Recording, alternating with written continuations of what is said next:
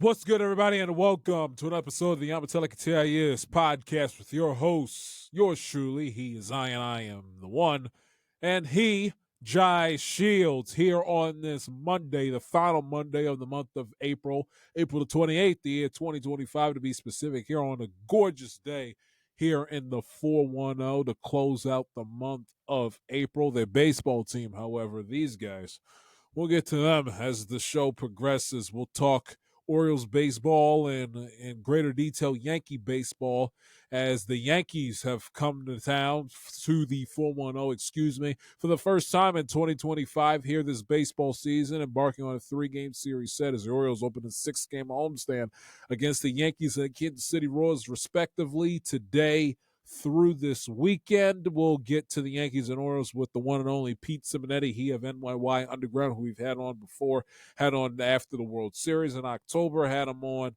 obviously last baseball season, twice last April and in July. Looking forward to the conversation with Pete as per usual. And also, and more importantly, we got the NBA playoffs who are finally living up to its value. And I tell you, you will not find more engaging, thrilling, and compelling playoff basketball at the professional level than what we were treated to over the span of this weekend. And I'll get to the games in greater detail. We'll obviously get to the Knicks and the Pistons, the Wolves and the Lakers, the Saturday night thriller between the Nuggets and the LA Clippers. We'll get to the Rockets and the Warriors series. A little bit ho-hum, lost in the shuffle. We'll get to that as the show progresses. The Heat, Magic, and Bucks seasons are essentially finished. Dame Dollar going down with a torn Achilles with his injury in his mid-30s. It's just a shame. We'll get to the Bucks and Dame as the show progresses as well. Grizzlies already in Cancun, been there for about a good 48 going on 56 to 72 hours. I will touch on Shadeur Sanders one more time and basically kind of put a bow on that fiasco from the draft that was in Green Bay over the weekend. I'll get to that. But first and foremost, the NBA and the NBA playoffs, man. Again, you will not find more competitive, more thrilling, and compelling basketball of the playoff variety in specifics than what we were treated to over this weekend. Let's begin with the games on Sunday first. The Knicks and the Pistons, game number one. First off, I don't want to hear. This is for both sides. This is for both. This is for Bickerstaff. This is for Thibodeau. This is for Brunson. This is for Kate Cunningham. This is for Tim Hardaway. This is for Karl Anthony Towns. This is for the Detroit Pistons basketball diehard passionate fan, and this is for the New York Knicks diehard passionate fan. I don't want to hear not another word for the remainder of this series. Whoever moves on later in the playoffs, different conversation. But I don't want to hear for the duration of this series, regardless if it's going to be over within the span of the next 48 hours at MSG or if it goes the full 7. I don't want to hear not another word from any member of any fan base of either side about the officials. Okay, this has been a tight, competitive, nip and tuck, white knuckler of a series. This is how it's been. 90% of the series, it's been nip and tuck, balls to the wall, 1990s, early 2000s-esque NBA basketball. Not just within this series, but throughout the entire playoffs. Somebody in the league office, whether it was Adam Silver, whatever, they read the tweets, whatever. And it's for the good, so I'm not complaining, but it has been made a quiet point of emphasis throughout the NBA officials here in the first 3 to 4 games of these first-round playoff series. Hey, guys, I don't want these games taking 3 hours and having fans on Twitter and on television bitching and moaning about the blowing every single whistle at a moment's notice and hearing people griping about the fouls. If they set the precedent that it's going to be a physical, tough, hard-nosed, blue-collar type of series and or game, you only blow the whistle unless it's blatant and flagrant. That's it. You get the hell out of the way. With my WEAA buddy on the other side of the glass waving to it. That's why I put my arm up like that. But unless it's blatant or flagrant or a combination of both, put your whistle in your back pocket. So I don't want to hear not any gripe, complaint. I heard Thibodeau complain when the series first started when they lost game 2. I heard Bickerstaff and the other members of the Detroit Pistons bitch and moan after the game yesterday. I don't want to hear any more complaining about the officiating unless it's something so outlandish and so mind-numbingly egregious. I do not want to hear not another word. Both teams have benefited from the referees keeping the whistle in the back pocket, and it's both played to both teams' strengths. That's just the way that it's gone. Deal with it. Don't make excuses. Don't play for the whistle. Play through the whistle. Play to execute. Play to make a play. Do not play to get the whistle, foul, 2 shots. Don't play for that. You play to make a play. You play for the play. You play to win. You play to execute. You don't play for the whistle. You don't play to placate how an official or an officiating crew is calling a given game. Deal with it and find a way to win in spite or because of. It's enough. It's enough. Both sides. Pistons fans, Knicks fans. Tired of hearing it. Tired of hearing it. Every single fight, bitching about we'll call it both sides. Oh, the whistle in the back pocket. Call out. No, the officials are doing their job. They set a precedent on how they're going to officiate this series. It's on the 2 teams out there on the floor, the 10 guys, to determine who wins and loses this series. Because as we clearly saw yesterday, the Zebras are not going to determine who is going to win these playoff games. That's good officiating. That's the first thing. Second thing, if you're a Detroit Piston fan, you cannot, under any set of circumstances, blame that loss on that whistle not being blown on Josh Hart committing that foul over there outside there on the wing in the closing seconds. You lost this game because of turnovers and Cade Cunningham's 2 missed shots late. Throw in the aforementioned turnover that he had off his leg with 37 seconds left down there in the low post. Not to mention, you were atrocious shooting the ball from 3. You take a look at the box score. You shot from the field 42.9%. The Knicks as a team shot 37.4%. You shot better than the Knicks, a whole 5%, if not a little bit more, from the field in this game. You out-rebounded them 54-38. What killed you? You couldn't make your threes. You shot 24%. The Knicks shot 45%. And you had 19 turnovers in the game.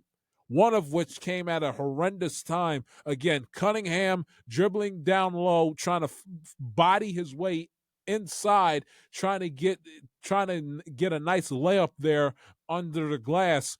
Dribbles the basketball off his leg down there in the low post with 37 seconds left, down a .94-93, which is a back-breaking turnover in that situation, which proved to cost him dearly. And this was in between.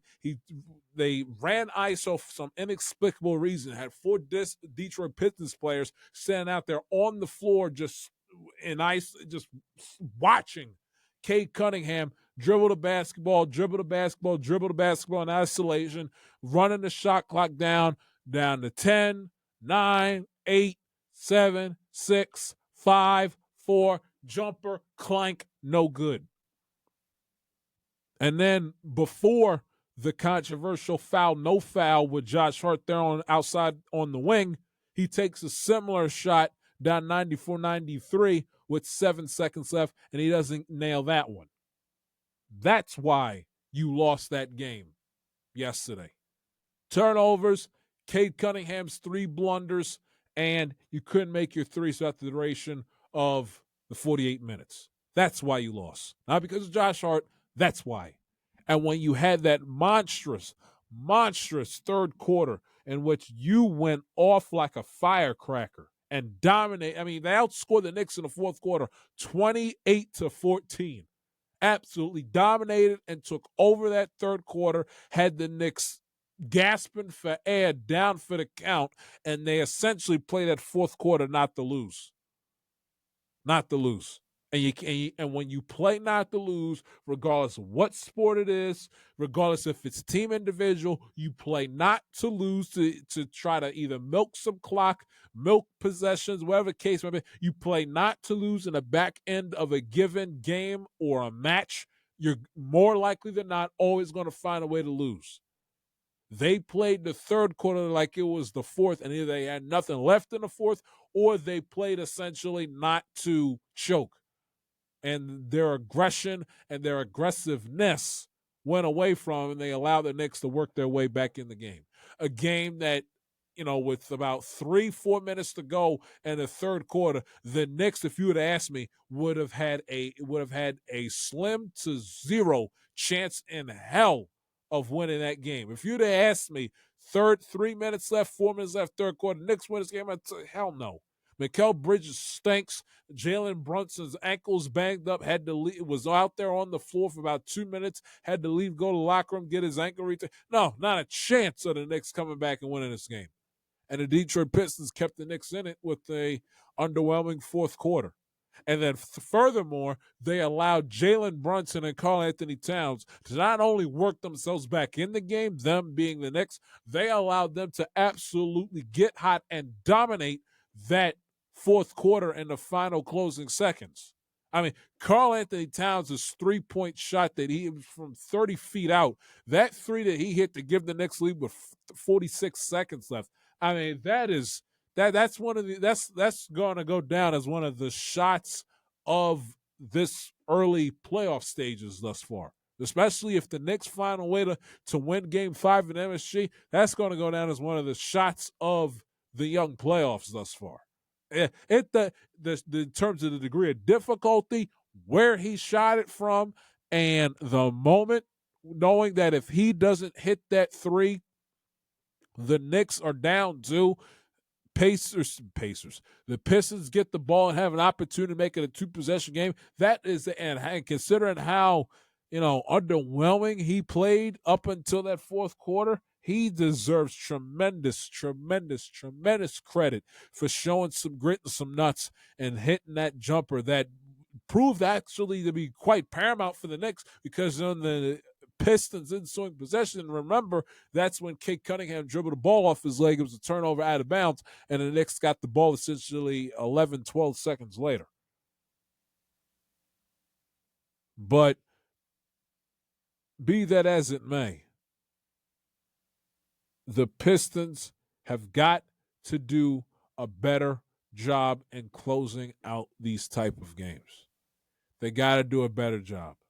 It's almost like we saw a little bit in Game 1 with that tremendous fourth quarter when they let the Knicks on that ridiculous run. They are able to throw the first punch, but they got to learn how to withstand the second punch. They got to know how to withstand when they keep jabbing and jabbing and jabbing and jabbing and jabbing and jabbing and jabbing at the Knicks. And they, getting their licks in, you start to see us wearing them down a little bit. But once the Knicks, you've seen it in their 3 losses, once the Knicks are able to weather the storm and take enough blows to the point where they, they're battered, they're bruised, like they're down for the count, but they're not dead. And that lack of a killer instinct to knock them dead allows the Knicks to get their bearings together, get up, take a deep breath, and say, all right, I'm down, but I'm not out. I'm battered, I'm bruised, but I'm not dead. And then all it takes is for Brunson, Cat, and others to get that second wind. And then once they get their second wind, bam, bam, bam, bam, bam, bam, bam, bam, bam, the Pistons have no answer. They got to be able to weather those storms in the second half. We've seen it happen quite a few times, and that's where when you hear people talk about playoff experience being so paramount, that's when playoff experience really does pay dividends, because the Knicks have been there and done that before with Brunson and with Hart and now I know Bridges and Cat are new to the team, but they're not new to that playoff atmosphere. That's when playoff experience looms paramount. And you're seeing the lack of inexperience and the lack of poise with Detroit when they get into those moments late in the second half in a given game. And somehow, some way, they're going to have to find a way to win back-to-back games to force a Game 7 back in MSG. Now, I do give them a little bit. I don't declare them dead. I give them a little bit of a shot because they did find a way to win at MSG in Game 2. If they can win an MSG Game 2, why can't they find a way to at least extend it to a Game 6 back in Detroit by winning Game 5? But it won't be easy. But I don't want to, again, I don't want to hear not another word from any Knick or Piston fan about the officials. And for the Piston fan, albeit it, and now I grant you this, and I said it on Twitter, I say it again here. If it was a regular season game, middle of January, middle of February, November, late October, if it's a regular season game, that gets called for a foul, head to the line for 3, and the Pistons probably win a game. If it's a standalone regular season game, early mid-season, that gets called. But based on how this game was officiated and based on how this entire series has been officiated, I have absolutely zero gripes, bellyaches, or complaints about the referees keeping their whistle in their back pocket. We can't sit up here and say, get the hell. It's the same gripe we had, different sport, but the same gripe we had in the Super Bowl with the Chiefs and the Eagles the first time in the 2022 season. They let them play for 58 minutes and then decided they wanted to be legalistic and ticky-tack in the final 2. And they decided a Super Bowl championship based on a holding call. And we all screamed and yelled about that. We said, okay, we get it's the letter of the law, but by the umbrella, under the umbrella in which they let them play, and under the umbrella of physicality in which they let them play for the first 58, 59 minutes, based on how the first previous whatever minutes was officiated, you kind of have to carry that same mantra or philosophy and how to officiate the final minute and a half, 2 minutes, because there's where you have the inconsistency, and the officials probably thought the same. Well, shit, if it's a regular season game, we call that. If we are whistle happy from the opening tip onward, we'll call it. But we can't essentially have a pivotal Game 4 be decided by free throws. And listen, people can kill the NBA with the last 2-minute report, which I'm not a fan of. I think it accomplishes nothing but pour more salt in the wound of the team that got jobbed or didn't get the benefit of a given call. So I can't stand the last 2-minute report. But at the time, in the moment, and right now, I have had zero issue with letting that slide. If he took his arm and clotheslined him, elbow to the face, grabbed his head, tried to break his arm, violently slapped his wrist or his forearm, that's one thing. But the grazing hip check on the way up in the shooting motion, I got zero issues not calling that in the final closing seconds. You don't let the officials decide who wins and who loses the game. They left it in the players' hands in the first, 47 minutes and 50 whatever seconds. I got no problem with them letting the game stay in the players' hands in the final 7 to 10 seconds. No problem. No problem. But that was an absolutely thrilling basketball game. From the physicality to the crowd noise, the atmosphere, and the fan base and the environment at the Little Caesars Arena was absolutely electric yesterday. Jared Goff's in the building. Jalen Rose, is in the building. Dan Campbell, MCDC, was in the building. It was absolutely immaculate playoff basketball in every single aspect, even down to the officiating, for crying out loud. It was an immaculate playoff basketball game to watch. Low scoring, nobody scored over 100 points. It was perfect. perfect and beautiful, beautiful, beautiful Jazz out there on the hardwood. Second game of that Sunday that was yesterday, the Lakers and the Wolves. Now, here's a few things I got to say about the Lakers. First off, if J.J. Redick had a working pair of eyes, and this is where, can we take J.J. Redick out of the Hall of Fame and out of the comparisons of he and Pat Riley when he moved from broadcasting into coaching? If you're J.J. Redick and your team is on the brink of elimination in the first round, okay, in the first round after you shook the universe with the Luka Doncic trade, you cannot, under any set of circumstances, open up your presser bitching and moaning about Luka getting allegedly tripped early on in the fourth quarter. You cannot, under any set of circumstances, open your press conference with that. You can't, especially if J.J. Redick has an iPad and or working pair of eyes in front of him. You can clearly see Luka was not tripped. He stepped on Jaden's foot, and its clumsy ass fell to the ground. He didn't get tripped. He stepped on his foot, and he fell. Well, there was a trip there. A foul should have been called. There's no foul, JJ. He stepped on his foot, and he fell. You're down 3-1, and that's what you open your press with? That's what you feel the need to bitch and moan about? Luka Doncic getting allegedly tripped when the game was still well yet to be decided in the fourth quarter. That's what we got to lead our press conference and lead the conversation with. Really? Stepped on his foot. No trip. Another thing about the Lakers that has me annoyed. Okay? Now, we crucified Nico Harrison for trading Luka Doncic, and rightfully so, because you just don't do it. But, the more games we've seen Luka play in a Laker uniform, and especially highlighted by his embarrassing defensive performance yesterday, not saying he was right in doing so, not saying he was justified in doing so.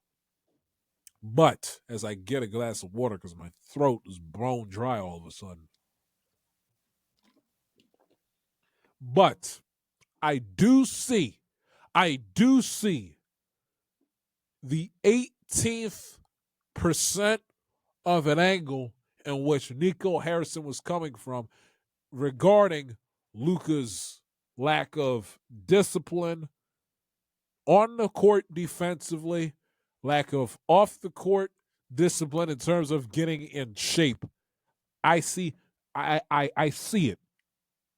I see it, and I kinda, maybe not sorta understand his point in the flaws of Luka Doncic's game. I kinda sorta see it. and I kinda sorta maybe not entirely understand why he didn't have a second thought in trading Luka. I see why. Because, and I'm a Luka fan. Root for him to succeed. How he was treated by Dallas pisses me off and breaks my heart. I'm a Luka fan. I root for him to succeed. But the fact that Luka, who is in his early 20s, got out-hustled and outworked on the defensive side of the basketball by LeBron James is absolutely pathetic and inexcusable. And take the fact that it's LeBron James, take his name, his face, his accomplishments, his accolades, his prestige, his Hall of Fame aura, take all of that out of the equation and just whittle it down to a 40-year-old NBA player. Just, if you can, whittle it down to just being a 40-year-old NBA player that's played over 20 seasons. It's incomprehensible that Luka would allow himself to get outworked by a 22-23 seasoned 40-year-old NBA veteran in the closing minutes of a have-to-have road playoff game, of a first, not the NBA Finals in June where you've gone nonstop balls to ball for the last 4 months. I'm not talking about in a series in June with the NBA Finals or a conference finals in May. I'm talking about first round playoff series in April.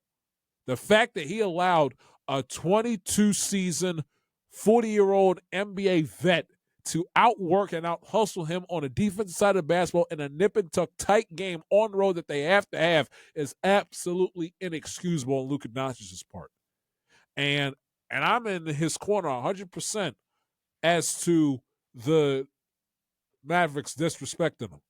But this is the I told you so. This is the I'll show you type of performance you're going to give Nico, the Mavericks ownership, front office, and the basketball world alike. This is the I told you so.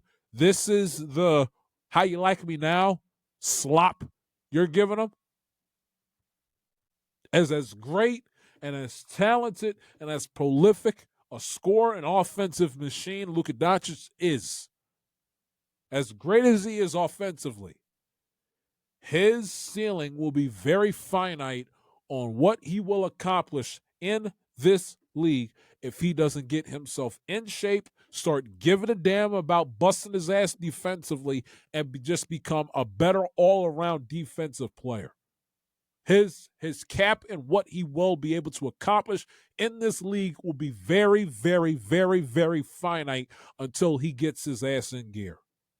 Out of shape, got out, hustled out there on the floor. He looked like he was fitting to pass out and vomit in Game 3 on Friday night. This shit is not going to cut it.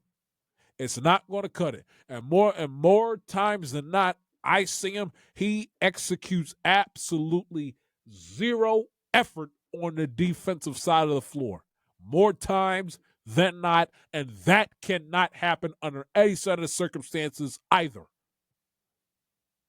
He had an undisciplined foul, fouling Anthony Edwards to send him to the line to sink free throws, which gave Minnesota a 105-104 lead with 3:47 to go. That just cannot happen. No hustle, no tenacity, no effort on the defensive side of the basketball, and throw in an undisciplined foul. That's a recipe for playoff disaster. I don't care if he scores 80 points. That is a recipe for playoff losing and future disaster classes. And if he doesn't get his ass in gear, there will be a cap to what this man will be able to accomplish in this league, because that is not a recipe for championship basketball. I don't care if it's a member of the Mavericks last year or the member of the I was about to call them the Minneapolis Lakers, the Los Angeles Lakers this year. It's not going to cut it. It's not going to cut it. And you would think he would have learned his lesson by now, considering that's the alleged reason why he was traded from Minnesota to the Lakers in the first place, on top of the fact his piss-poor defensive play and overall lack of effort on the defensive side of the floor is one of the many reasons why the Timberwolves got ran out of the building on multiple occasions, 4 of them to be exact, against the Boston Celtics last June in the finals. That's why he done that. One of them, outside the fact that Boston was just straight up better than Dallas, but the reason why that series was not competitive was in large part because of Luka's horrific play on the defensive side of the floor. And Missoula and the Celtics were hell-bent saying, hey, every single time we get a matchup we like and he's lined up in a position on the floor that we like defensively, we are going to attack Luka like you would not believe offensively, and we are going to dare him to buck up and play some damn defense and to stick up to our offensive game plans and to our guys going up against his guys, mano a mano, either driving to the cup or if we have him isolated outside near the perimeter. Whatever the case might be, he got taken to the cleaners. That thrown in the trade, you would think he would be past this. Excuse me. You would think he would be past this at this point in his career. Yes, he's a great scorer. He's fun to watch. He's likable if he's on your team or if you're just a general Luka Doncic fan. That's all fine and dandy. But eventually we got to start, putting the toys away, putting the big boy pants on, and start graduating our game to the next level. Because that shit show that he gave the Lakers yesterday is not going to cut it. Defensively and offensively, especially in that fourth quarter, which he scored 7 points, was 1 of 6 from the field, and only took 2 threes and was 0 for 2. That is not championship-level basketball. And I hear people getting on. Now, I was critical of J.J. Redick for the whole, he was fouled thing, but I come to his defense with this. He knows his bench is trash. He said, listen, you guys go out there, give me as much as you can. Whenever you need a sub, let me know. He left it up to the devices of his players when they take themselves out of a game, knowing how important this game was for the Lakers. So I don't want to hear any Luka Doncic stand getting on J.J. Redick talking about, well, how in the hell does J.J. Redick not sub Luka out more often than what he did? Well, bozos, maybe if Luka Doncic was in shape and prepared himself to go balls to the wall and to put pedal to the metal in these high leverage, high intense playoff games, especially on the road, you know what? Maybe he wouldn't look like he's on the verge of passing out with 2 minutes to go in the game, allowing himself to get out-hustled up and down the court ad infinitum by a 40-year-old man. If you condition yourself better, take better care of yourself, and just give an effort that you give a damn, maybe things would be different. But it wasn't. And that's why the Lakers lost. And the longer this cycle with Luka continues, the less and less likelihood of him winning an NBA championship. Because you can't play it one side of the coin. And the way that this game is, where the guys are faster, stronger, bigger, it's just the way that the game is played, especially now. If you ain't in shape to the point where you can't if you're not in shape to the point where you can't handle your own playing 44, 45, 46, 47 minutes of an NBA basketball game without you feeling that you're essentially going to collapse out there on the floor, or to prohibit doing that, you got to take defense possessions. Something is egregiously wrong. Something then would be egregiously wrong. He's got to get himself in shape. Put the bottle down, clean up your eating, hit the weight room more. There's zero definition in his arms whatsoever. Get in the gym, find a diet, a treadmill, and get your ass in gear, because this is ridiculous. Knowing how important your overall, not just offensive, knowing how important your overall success is for the LA Lakers and their needs, wants, and desires for them to survive, and then Luka goes out there and plays that garbage yesterday, is embarrassing. Absolutely embarrassing. As is LeBron James with absolutely, again, 0 points in the fourth quarter. Now, again, I get it, busting his ass, playing both sides, giving it his all defensively, had the nice block there. I understand that. But, and this is why, for those of you that are in the LeBron James, stand club, you LeBron sexuals out there, this is why I cannot listen to the GOAT debates, because that game was nip and tuck throughout the entire fourth quarter for the most part. And if you're LeBron James, the quote-unquote greatest player to ever play the game, you don't walk away in a pivotal road playoff game first round against those young whippersnappers with 0 points in the fourth quarter. You don't walk away from that game with 0 being next to the point column in the deciding quarter of a playoff basketball game on the road. You don't allow it to happen. Point blank, period. And then furthermore, why he decided to take a 3 when the Lakers were up 2 with 53 and a half seconds left. It was just as dumb and as ill-advised a shot selection you'll see. And again, LeBron James been in the league since 2003, about 22 going on 23 seasons, 40 years of age. You would think he would know better. I mean, that's a shot I expect a rookie to take. That's a shot I expect, a Cade Cunningham to take. That's a shot I expect a six-man coming off the bench to take who's been in the league about 2 years. You, LeBron James, been in the league that long. You got to know the situation there. You got to do whatever you can to make it a two-possession game as easy as humanly possible. Don't always go for the wow and the flash factor.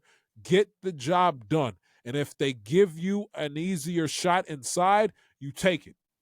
You take it. You don't always have to go for the big wow, jaw-dropping moment that's going to go viral on Twitter and Instagram in the next 24 hours. You don't do it, not if you don't have to. Taking that three in that situation was dumb basketball from a player that's been around long enough, that's accomplished enough to know better. Why he would take that three.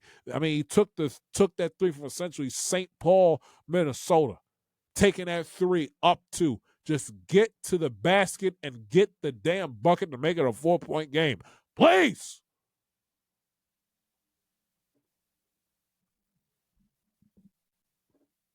And if you drive your way inside into the paint, you get fouled. If you make it, it's an and one. You get the three that way. Or if you miss the shot and get fouled, you head to the line. You make the 2 free throws, guess what? You go from being up 3. No. You go from being up 2 to up 4. It made absolutely no sense. Absolutely no sense. And I understand that Mike and the OCs of the world don't want to hear it, don't want to admit it. Fact of the matter of it is, as of right now, the Timberwolves are a better team than the Lakers. Better team with better depth. They got younger guys, hungrier guys. Anthony Edwards, dog, hungry, wants to rip your arm off if that's what it meant to beat you. Not to mention the Lakers on the flip side. One more time, how the hell you let Naz Reid get as hot as he did in the fourth quarter? And I understand, their game plan is to basically trap off and seal off Anthony Edwards. Don't let him beat you by taking over the game, dropping 60. But that philosophy is a flawed philosophy. Flawed in the aspect of when Rudy Gobert's not there on the floor, you expose their other scorers to get more of the basketball, and then you enable them with that defensive philosophy to get more open shots, which is exactly what Naz Reid did and led them taking over that game in the fourth quarter.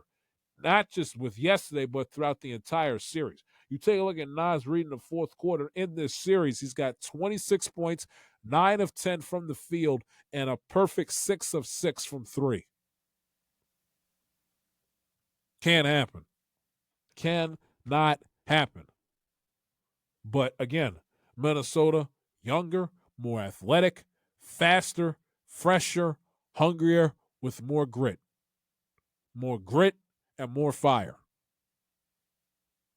They're a better team than the Lakers are. Team. Now, we can still give Luka, give LeBron their props. It's not 2 players. It's not 2-on-2 or 3-on-3. It's 5-on-5. I'm talking about team, collectively. The Timberwolves got a better squad than the Lakers do. They got a better squad. And they've played like it. That's why they got the 3-1 series lead. That's why.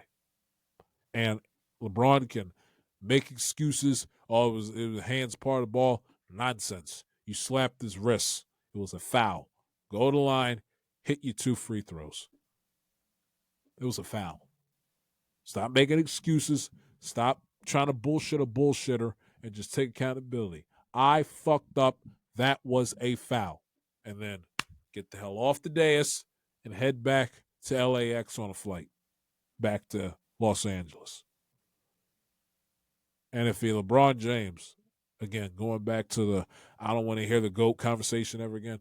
if you're LeBron James, how in the hell do you pass up an opportunity? See, he takes a three, and that's the thing with LeBron James that drives you crazy, and why he'll never, ever, ever, ever, ever be in any legit, realistic, sensible GOAT conversation. He takes a three when he's up two and he doesn't need it with essentially less than a minute to go in regulation. Takes the three from St. Paul's, Minnesota, clanks it off the iron. An opportunity is there for him to take a three to extend the game, and he passes the shot, passes the buck like hot potato. Luke, I don't want it. Here, you take it. You take the final shot. And that has been a trait of him and his game that has plagued him and has followed him throughout his entire Hall of Fame NBA career. He does not have that Jordan, that Kobe-like killer instinct. Can you imagine Jordan or Kobe passing up the ball in that situation? Here, you take the final shot. Not me, LeBron. You take the final shot. Can you imagine those of y'all that were blessed to see them both play in their prime, competing and winning championships? Can you imagine ever Kobe or Michael doing that in the final closing seconds of a have-to-have road playoff game with an opportunity to hit a three, take a three, hope that they hit it to extend the game into OT? Have you seen that at any point in time from any of those two players I just mentioned? That's another reason why I can't take LeBron James as the game of basketball's quote-unquote GOAT seriously. Because what GOAT would pass the buck? This is not a game winning. This is to extend, not with the game tied. This is to extend the game into OT. And he passes the buck. Absolutely unacceptable. Completely and utterly unacceptable. In terms of the other playoff series, let's go with the classic one first from Saturday in the Clippers and the Nuggets. That series has been an absolute, complete all-timer for the ages. Nuggets obviously take a 101-99 victory, tie the series up at 2 games apiece for a Game 5.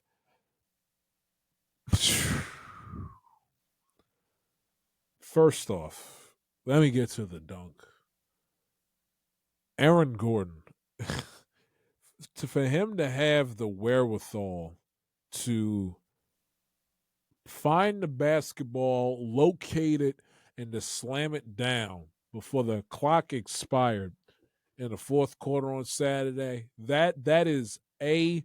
I mean, it was shades of the Suns against the Clippers in the Western Conference Finals in 2021. To have the vision, the on-the-court awareness, and the wherewithal and the basketball IQ to make that play when time is of the abs. If he hesitates for literally a second, he doesn't get that shot off or get that dunk off and they go to overtime. Give Aaron Gordon tremendous credit for making a high basketball IQ play after the Clippers did a tremendous job of making sure Luka got the worst look from the outside as humanly possible and made sure he was not going to bully his way inside to get a game-winning layup. Aaron Gordon just made an absolutely phenomenal play, similar to, like I said, with Karl-Anthony Towns yesterday with that three he made from 30 feet out.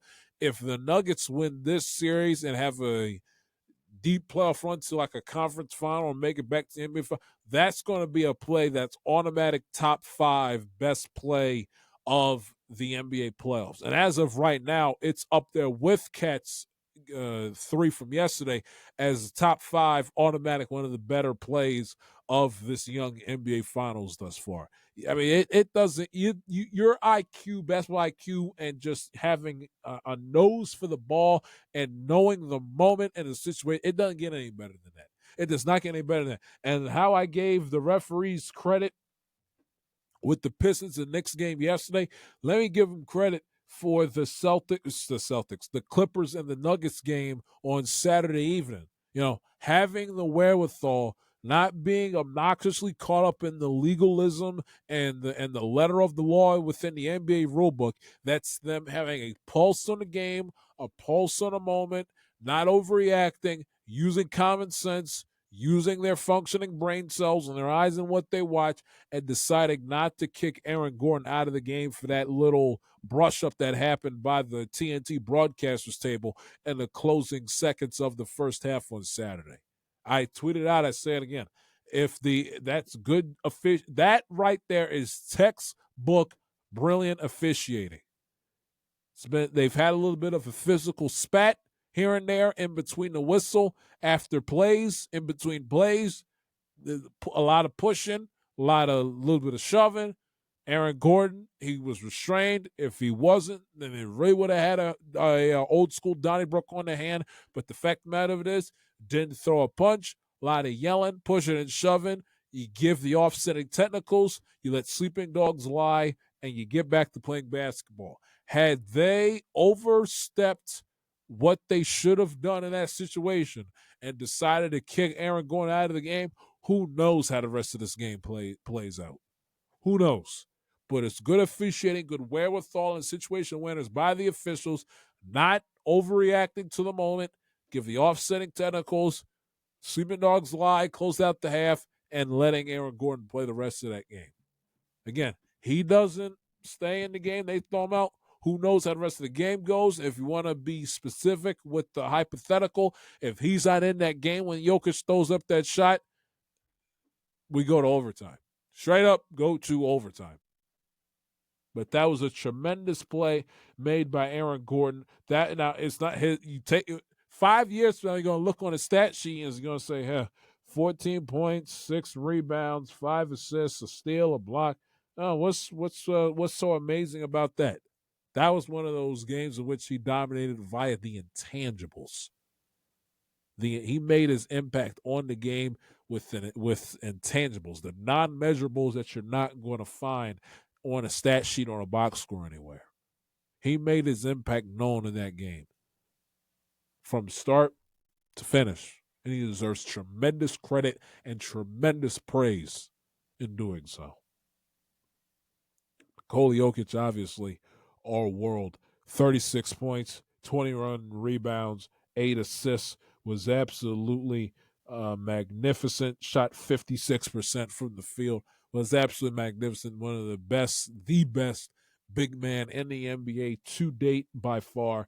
But let's not let the moment go by without giving the LA Clippers some love, because that sensational run they went in to make the game tight there in the fourth quarter is why this team is just as much of a live dog to win this series as Denver is coming off of that game on Saturday. A tremendous performance by Kawhi Leonard, 24 points, 9 rebounds, 2 assists, shot 45% from the field. Zubac was sensational down low. Norman Powell was great. 53% from the field, shot 50% from three, 22 points, 4 rebounds alike. It was absolutely electric in that fourth quarter. Arguably one of the, if not the best player on the floor during that Clipper run there in the fourth. And James Harden, 15 points. There's one of your James Harden games, but wasn't exactly horrific offensively. Shot 45%, just didn't take that many shots, scored 15 points to boot. But listen, the Clippers are in this series for the long haul. This series is going the full 7. I mean, you take a look when you have the Nuggets that's got one of the best top 5, top 3 best players in the NBA, best big man, who's got some grit, some toughness with Gordon, with Brown, and obviously when he was healthy earlier on in this series with Russell Westbrook, with the Clippers, who are well coached by Tyronn Lue, who have a nice assortment of talent that make up that starting 5. Throw in Zubac, who I've said is very underrated, and Powell, who is an exceptional basketball player.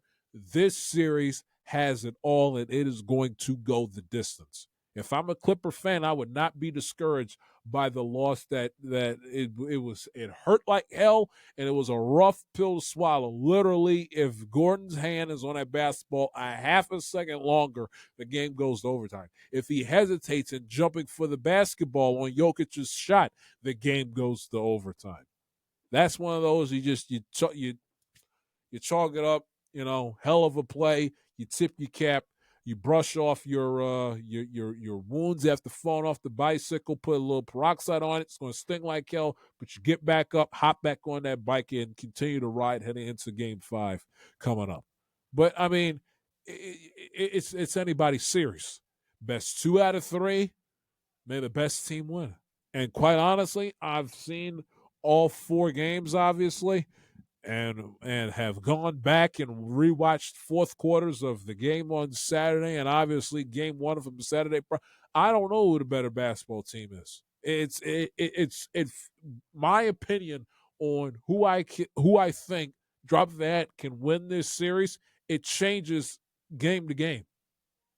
Changes game to game. This one, folks, is going to make for an all-time classic finish, regardless who wins. I think the clinching game will provide us an all-time moment we'll never forget. And I can't wait. Cannot wait for Game 5. Can't wait for Game 5. Can't. And if you've noticed also, the Clippers have done a tremendous job and making sure Jokic doesn't dominate the game offensively inside. They've also done, again, highlighting Zubac and they've done a sensational job at times in this series of neutralizing Luka's game down in the low post. They've done a good job. And what's kept, honestly, the majority of this series relatively low scoring. The peak high point total in their first win of the series, 112. But since Game 1, they've held them to 102, 83, 101. 102, 83, 101. That's pretty damn good, if you ask me. Pretty damn good. Warriors lead their series 2-1 against the Houston Rockets. That's another series that has a nice, edge and a nice, healthy sense of confrontation between the Rockets and the Warriors. I think this series is going to come down to, with Game 4 coming up later tonight at 10 o'clock, I'll be having to, struggling, fighting the Sandman to keep my ass awake to watch it. But nevertheless, I think with that, how Golden State fares in that series is going to come down to 2 things: the brilliant greatness of Steph Curry, the ferocious tenacity on the defensive side of the basketball from Draymond Green, and if this series goes 6 or 7, when can they get Jimmy Butler back, if they will be able to get him back? The Warriors, as we all know, have been at their best this year when Steph and Jimmy are healthy and are on the court making a great contribution. You'd hate to get into a tight series where you're a win away from winning the series, or they're a win away from tying it and extending it an extra game or so. You would hate to get into that situation and say, okay, Steph, carry us home, and he has a bad night and he shoots 25 or 30%, not from 3, but from you don't want to play that game of Russian roulette. So I think, honestly, considering the fact that Golden State is up 2-1, and I know they're the more experienced team with the championship pedigree and the rings that Draymond and Steph have and everything else, I think, there's an opportunity for them to smell blood in the water. And if they can send the Rockets back to Houston, not with the players, not with the coaching staff, but the fan base, here we go again. Steph Curry he owns this team in the postseason. Is going to do it to us and put the screw to us yet again. Going to send us on a one-way ticket to Cancun for the summer. If you can instill that negative thinking psyche into the Rockets fan base at the Toyota Center, heading into a Game 5 with a nice victory here tonight, I think It'll be Game 5, night. Lightning. It'll be clips. It is so important for the Warriors to treat this Game 4 like a Game 5 and to go out and play their best basketball we've seen from them in the postseason and to put BTA to the Rockets here tonight. Give them a handful of things to think about and instill that level of self-doubt, dread, and here we go again into the Rockets crowd coming up on Friday, coming up for that, not Friday night, but on that game for that Game 5, which happens to be on Friday night, but that's a Game 6. So I was half right, mind thinking ahead of my mouth, but you get the idea. The longer this series goes, considering how older Golden State is, not because then they're a play-in team that's trying to make it to the NBA Finals, which is a very, very, very dicey thing. Now, granted, they do have a guy play-in team. Miami Heat a few years ago made it to the finals, in which they lost to Denver, but you don't want to tempt fate. I know the seedings are what they are, 7 versus 2. At their best, Golden State is better than the Houston Rockets. They need to play like it here in Game 4 and put themselves in a position where they can put them to sleep for Game 5. The Heat, Magic, and Bucks are finished. They're done. Pacers, uncompetitive against the Pacers put belt to ass, and the Bucks were uncompetitive against the Pacers last night. I get to the Dame Dollar injury here in a minute. Magic had their opportunity to make this a series, send Boston back home for Game 5 to tie the series up at 2 games apiece. Kept it nip and tuck for the majority of the game. Couldn't finish there late in the fourth quarter. They had the opportunity. They don't stand a chance and held down 3-1, going to Boston elimination game, descended back to Orlando for Game 6. They're finished. Miami Heat, they weren't on the Cavaliers level from the opening get-go in Game 1 over a week ago. Their season is going to end tonight. So the Heat and the Magic are finished. The Bucks especially are finished with no Dame. You take a look. The Heat are going to be going fishing tonight in South Beach. There'll be nobody in the building come the start of the fourth quarter. You take a look Tuesday, the Bucks will be done and the Magic will be done. And I think by the time that we reconvene for a show here on Friday, I think the only games we'll have to talk about this weekend will be, and I'm not even confident in this, the Rockets and the Warriors for Game 6, which I'm not confident in. Maybe. I'm not confident in this either. I think at the maximum, we'll have 2 games to discuss on Friday will be Rockets and Warriors and Lakers and T-Wolves. And I'm not even convinced that we'll even get those 2 games. We might have a blank slate of games coming up this Friday. If we're being quite honest, I'm not even sure that we'll have a full slate of games, let alone 2 coming up on Friday. I think Saturday we'll have Nuggets and Clippers, Pistons and Knicks for Game 7. Possibly, I can't, although I wouldn't be shocked if the Knicks put the Pistons away at MSG for Game 5. I can't fully trust the Knicks. Can't fully trust them because if we want to break it down and be specific, they low-key have been outplayed for about a good 60% of this series. So if this series goes to 7 games, I would not be surprised. I told you Clippers Nuggets is going 7, so be prepared for a 7th game coming up on Saturday night. But I think we'll get 2 games Saturday, pushing it with 2 games on Friday. Thursday, obviously, Clippers and Nuggets and Pistons and Knicks. Celtics and Magic won't see a 6th game. And I think by Sunday, I don't think we'll have any 7 games coming up on Sunday. If we're still playing T-Wolves and Lakers Sunday afternoon, May the 4th, while I'm hitting golf balls at Top Golf for my brother's 21st birthday, I'll be surprised. Now, that game will probably be in prime time if that's the only game on the docket coming up on the 4th. But I would be surprised if that series sees a 7th game. Very surprised. Very surprised. But the Heat, Magic, Bucks, matter of fact, I'm so confident. Let's break this bad boy out again.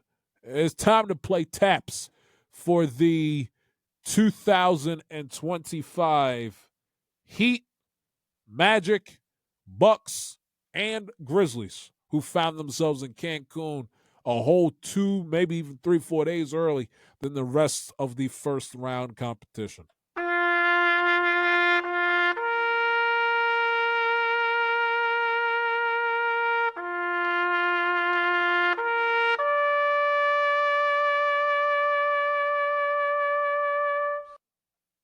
That's for you. And we're going to bring. We had it for the NFL playoffs. We're going to bring it back for the NBA playoffs. Every team that gets bounced, either officially or unofficially, we're giving them taps here on the I'm Telling You podcast. The Damian Lillard injury is very, very, very heartbreaking, and the fact that that it occurred in late April now leaves his 25-26 season coming up this upcoming fall in question. He's, what is he, about 35, 36 years of age, and the very peak of his prime before he heads on the downward spiral thanks to Father Time. This, obviously, it ends his season. It all but ends the Milwaukee Bucks season. This is just the part of sports and a thing about injuries that make you cringe and make you, if you're a Milwaukee Buck fan, damn near close to just crashing out and going all out, just crying like you're at a funeral because unfair, very unfair. How this team was put together, bringing in Dame to team up with Giannis, exiling Chris Middleton out to DC to bring back Kyle Kuzma, which has not worked in the slightest. I mean, Kyle Kuzma. Matter of fact, let me read you because he's got time. He's blocking, doing everything but actually getting in the gym and improving his game. I mean, Kyle Kuzma. Let me find the stat because he was absolutely atrocious last night in their game. Let me see if I can find it and pull it up because he was awful. 3 points, 1 of 6 from the field, 3 fouls. I mean, that's what they're getting in a do or die game 4 at home. That's what they're getting. 3 points, 1 of 6, 3 fouls in a game 4 at home. So they've gotten absolutely zero help from him. They traded to get him, bring him in from DC and exiled Chris Middleton the hell out of there. The team has not been put. It lacks chemistry. It lacks chemistry. It lacks cohesion. You even saw it in those viral photos you've seen circulate on Twitter where Dame is sitting there, on his butt with his arms, on his knees like this, in the middle of the floor, busted Achilles, can't walk, and you won't find a single Milwaukee Buck in the picture frame that's there to console him, see what's going on, and ready to help him get off the court. I think the old phrase, the picture is worth 1,000 words. Well, in the words of Vin Scully, that picture with Dame speaks about 1,000,000 words on the state of the Milwaukee Bucks franchises. They are going to enter a crossroads once their season's officially put to bed for the summer here in 2025 as they look ahead to 2026, 7, 8, and so on and so forth. And then the icing on the cake, you got the biggest fraud in the history of NBA basketball and Doc Rivers on your sidelines as the man in charge with who as his right-hand man? Darvin Ham. I mean, you must be kidding me, and the most unserious organization in the NBA with Doc Rivers as your damn head coach with Darvin Ham as an assistant. I mean, you must love losing and coming up short come playoff time when those are your two primary sources of leadership coaching wise on the bench. But it's a heartbreaking injury.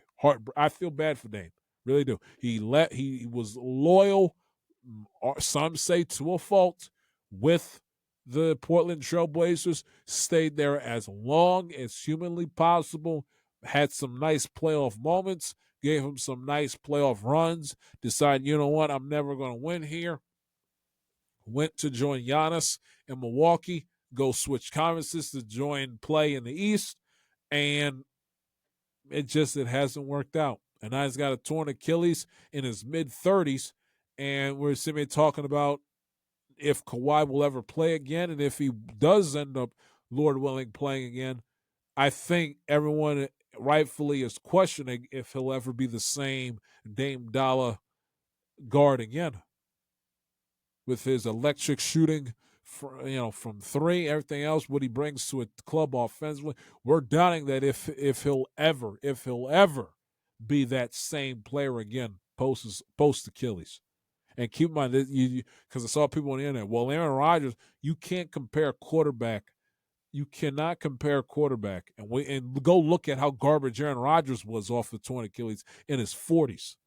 Dame is about what, 4 or 5 years younger than Aaron Rodgers, and he's a guard, and he plays in the NBA, where more stress, more wear and tear on your Achilles, running up and down the court, back and forth for 25, 30, 35, 40 minutes at a time.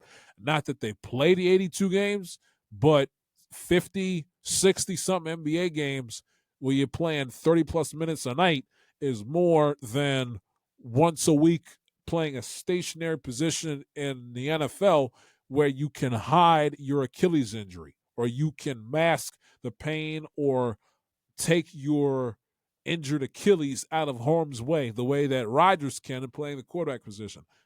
You're in the NBA as a guard, you need to be busting your ass or sit your ass on the bench, because any in between, you're wasting your time, and you're essentially a traffic cone out there on the basketball court. But the whole ordeal with Dame, extremely, extremely heartbreaking. And the Memphis Grizzlies are an unserious franchise. John Morant can sit here and talk all the coulda, shoulda, woulda crap he wants. I mean, if I was healthy, this series be tied 2-2. Yeah, and if my aunt had a set of balls, she'd be my uncle. I mean, miss me, please. It's enough.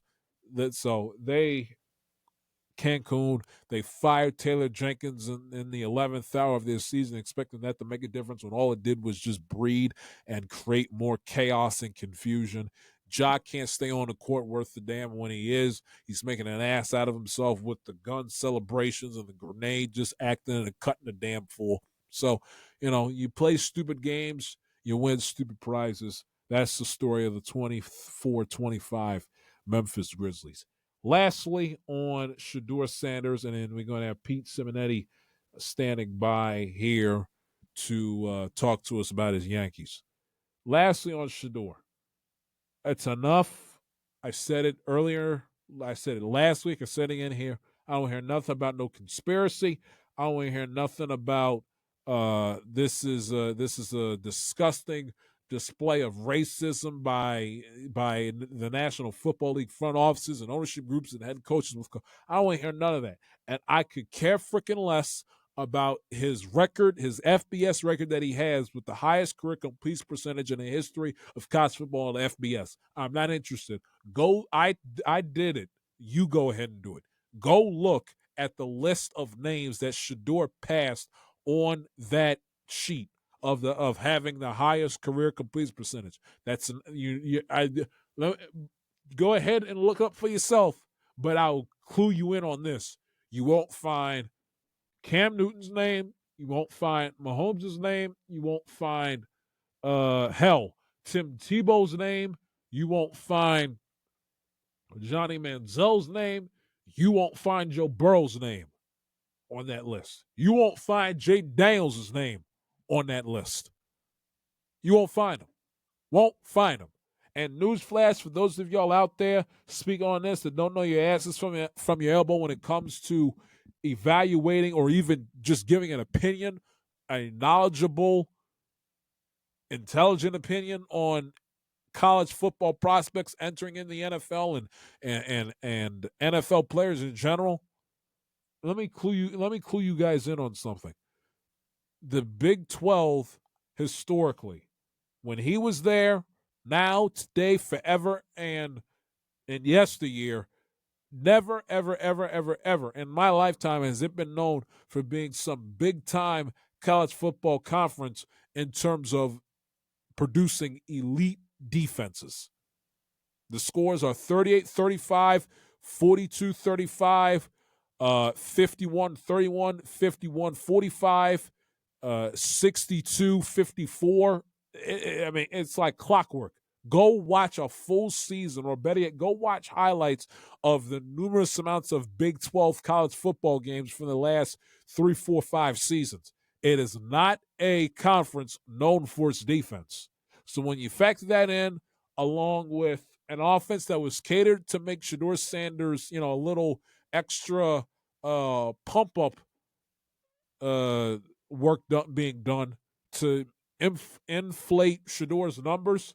You take that into the equation, along with the fact that Travis Hunter was the best player on the team, not Shadeur Sanders. On top of the fact, as I've heard from many that watch Colorado play, a lot of check down behind a line of scrimmage, screen merchant stuff going on, thanks to Travis Hunter. So you want to take that into account before you essentially want to start knocking down the NFL team's door, accusing them of racism, discrimination, bigotry, and collusion. Because that couldn't be further from the truth. As I said on Friday, and I say it again here. Go look at the names on that list. You will not find any Hall of Famers with a bust in Canton and a gold jacket in their wardrobe on that list. And that is the clear-cut truth. If facts bother you, I don't know what to tell you. And we also forget the fact Shadeur, at times in his tenure in Colorado, wasn't exactly, the great leader of men within the handlings of his teammates as he should have been. Lest we forget when he threw his offensive line under the bus in early September this past season. He's getting the hit. I read y'all the stat on Friday. The most sacked quarterback in all of college football, and is among the bottom of the totem pole of quarterbacks that have the quickest release time. Ball in hand, leaving out of hand to an open receiver. One of the slowest ones, and he took sacks hand over fist. And he turned around in early September, and he threw his offensive line under the bus. That's supposed to translate well when you're average at best, slightly above average quarterback prospect. And teams that are in the position that they're in that have a say-so in drafting you are there because they're looking for their next franchise quarterback. And it's more than just, throwing for 40-something touchdowns and 90 trillion passing yards. Are you a leader of men? Are you the player representative CEO of the franchise? Can you be relied upon to be the leader and the spokesman of the football team? Both sides. Not just in charge of the offense, both sides. That's what teams look for. And if they see you're out there throwing your offensive line under the bus, you hold on to the football for 50 centuries. They see that. They see you blowing off your Big 12 showcase appearances before the draft. You bypass pro days. You bypass playing in the Senior Bowl, playing in your East-West Shrine Bowl game, the Combine. All of that factors into account. That's like you going out on the job market, wanting somebody to hire you because you're out there available for employment, but then you turn around and say, okay, well, I won't go to this job fair, I won't go to that job fair, and then you get together with your parents and whoever and say, yeah, I won't work for this company, this company, that company, that one, won't work for this boss, won't work for that boss, but I'll work here, and not work for here, and then be out on the open job market, and then with your mouth open agape, wondering who struck John and why because you're out there in the open job market and nobody's giving you the time of day. That essentially is what it's like in football terms with Shadeur. Actions have consequences, people. Again, there is a novelty to be had in being humble. I'm not saying you got to walk with your head down, Mr. Meek all the time, but there's a time and a place, number one. And number two, it pays to be humble. It pays to be humble. And if we've learned anything, especially as a black man in this country, speaking black man to black man, me to Shadeur, if there's anything that we've learned is that the downfall of the Negro's ego is what has led to our continuation of being at the bottom of the totem pole within this country. It does not do us any favors walking out the house in a professional setting or otherwise, acting like our shit doesn't stink and that we think in our deluded minds that we are above reproach and above being held accountable and above being held to the same damn standard as everybody else. It's done us no good, and it'll continue to do us no good until we change our ways. Pride comes before the fall. It's one of the 7 deadly sins for a reason. And Shadeur, and to a lesser extent, Deion's pride is what got Shadeur in this situation. We were sitting on his ass, embarrassed with egg on his face through the first 2 days of the NFL draft. How you carry yourself and your attitude matters just as much to these teams out there as your performance on the field. It matters. If he was a wide receiver, if he was a tight end, an edge rusher, linebacker, safety, it may not matter as much. But when you are essentially asking a litany of teams to become essentially their on-field CEO, you got to carry yourself a certain way. That doesn't mean be meek, put away the watch, celebrate. I'm not saying change who you are, but dial it back a little bit. If nothing else, learn how to turn that switch on and off. Learn how to turn that switch on and off. You can be cocky, you can be arrogant, do what you want, but it has to be within reason and it has to be within the appropriate time, place, and environment. When you're in transition between Boulder, Colorado, and the National Football League, and you're essentially going on all of these job interviews, hoping and praying your name gets called at the draft in late April, is not the time for the world to get, look at me, I'm the shit, Shadeur Sanders, what's my name? It's not the time, not the place. When you've gotten there, worked your ass off, become something, then you can talk shit and you can shut your peacock feathers. When you're in a place of vulnerability looking for an opportunity, it's not the place. Not the combine, not the place. Had nothing to do with racism, had nothing to do with an axe to grind against Deion, no conspiracy, nothing. They did it to themselves. They sat up and both said, we're not going to play for this team, that team, this team, that team for a good two seasons, 2 years ahead of this past weekend. Was on record. You can pull up the articles on record, giving a list of teams that Shadeur would want to play for, or his father would not want him to play for under his influence. So NFL team said, all right, that's the way you want to play. Let's play. I'll play your game. All right, that's what you want. Cool. Clocked his T, said bet, and had his ass sitting on his couch waiting for 2.5 days. What goes around comes around. You hear the tune. Sometimes you got to pay the piper. What is a disgrace, what should be talked about, what should have people yelling, kicking, bitch, moaning, and screaming, is that disgusting prank call he got by Jeff Olbricht's kid. That's what people really should be in arms and pissed off and angry about. That's what you should be pissed off about. Because how in the hell an NFL assistant coach allows Shadeur Sanders' number to leak to get into the possession of his college-age kid to pull some lame-ass prank on the internet to get clicks, views, likes, and engagement numbers and a couple of cheap laughs is absolutely pathetic, disgusting, grotesque, and just shameful, egregious behavior. And if I was out the blink, I'd throw his ass out there on the concrete in a heartbeat.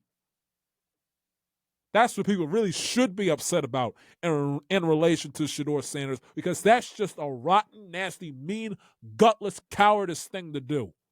That's the outrage that you got to have. That's the situation you got to have outrage over, not him waiting to get called on those 3 draft days. That's the real disgrace, not Shadeur having to wait an extra 48 hours to have this telephone ring. Because if you do some critical thinking, do a little homework, do a little research, you'll find out that he, and to a lesser extent his father, did it to themselves. They played hardball, and the NFL played hardball right back. No individual, no current or ex-player or related family member of an ex-player, no matter how great or how bad, is bigger than the Shield. Peyton, Eli, Archie, Dion, Shadeur, Shiloh. No one individual, Mahomes, Brady, nobody. Ray Rice, nobody. Ezekiel Elliott, nobody. Greg Hardy, nobody is bigger, badder, or more powerful than the NFL. And the sooner, quite frankly, some of these guys realize it, the better off they're going to be. I'm not saying bow at the altar and worship every beck and call and everything that the NFL does, but if you think you're going to walk into the NFL or be a part of the NFL and run yourself in a situation where you think you're going to try to, out-punk them, you got another thought coming, my brothers and sisters. You got another thought coming, because it's not going to end well for you. Brady thought he could punk the NFL in court with the Deflategate thing. They suspended his ass the first, 4 games of the season. Nobody is bigger than the National Football League. Nobody. Not even the Sanders family. Now, in terms of him being a member of the Cleveland Browns, from a Browns perspective, I have no idea what the hell they're doing. I mean, they do realize only one quarterback is on the field at a time, right? They're still on the books, and Deshaun Watson is still under contract for that football team. He's on the roster. They brought in Joe Flacco, Dylan Gabriel, not to mention Kenny Pickett, and they turn around for shits and giggles, drafted Shadeur Sanders. From a Browns perspective, this shit makes no damn sense whatsoever. Especially in the aftermath now that they drafted Shadeur, because Shadeur is most likely not going to come cheap if he wins the job, and actually is damn good at it. So then you'd be on the book for paying 2 quarterbacks, which is insane in a salary cap sport. Freaking-sane.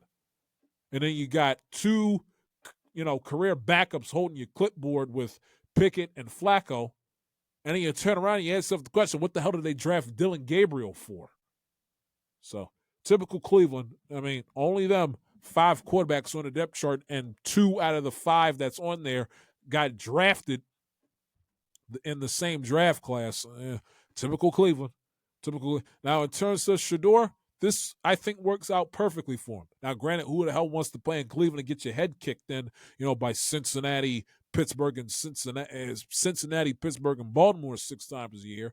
But honestly, and I give Mike Francesa credit for this because he said on his podcast I heard yesterday afternoon, what would you rather have? Would you rather get drafted in the 4th or 5th round and have an opportunity to win the starting job once camp opens up? Or would you rather be drafted in the 2nd or the 3rd round and be 3rd, 4th, 5th on the depth chart and be outsider's chance of even gaining any playing time, let alone winning a starting job.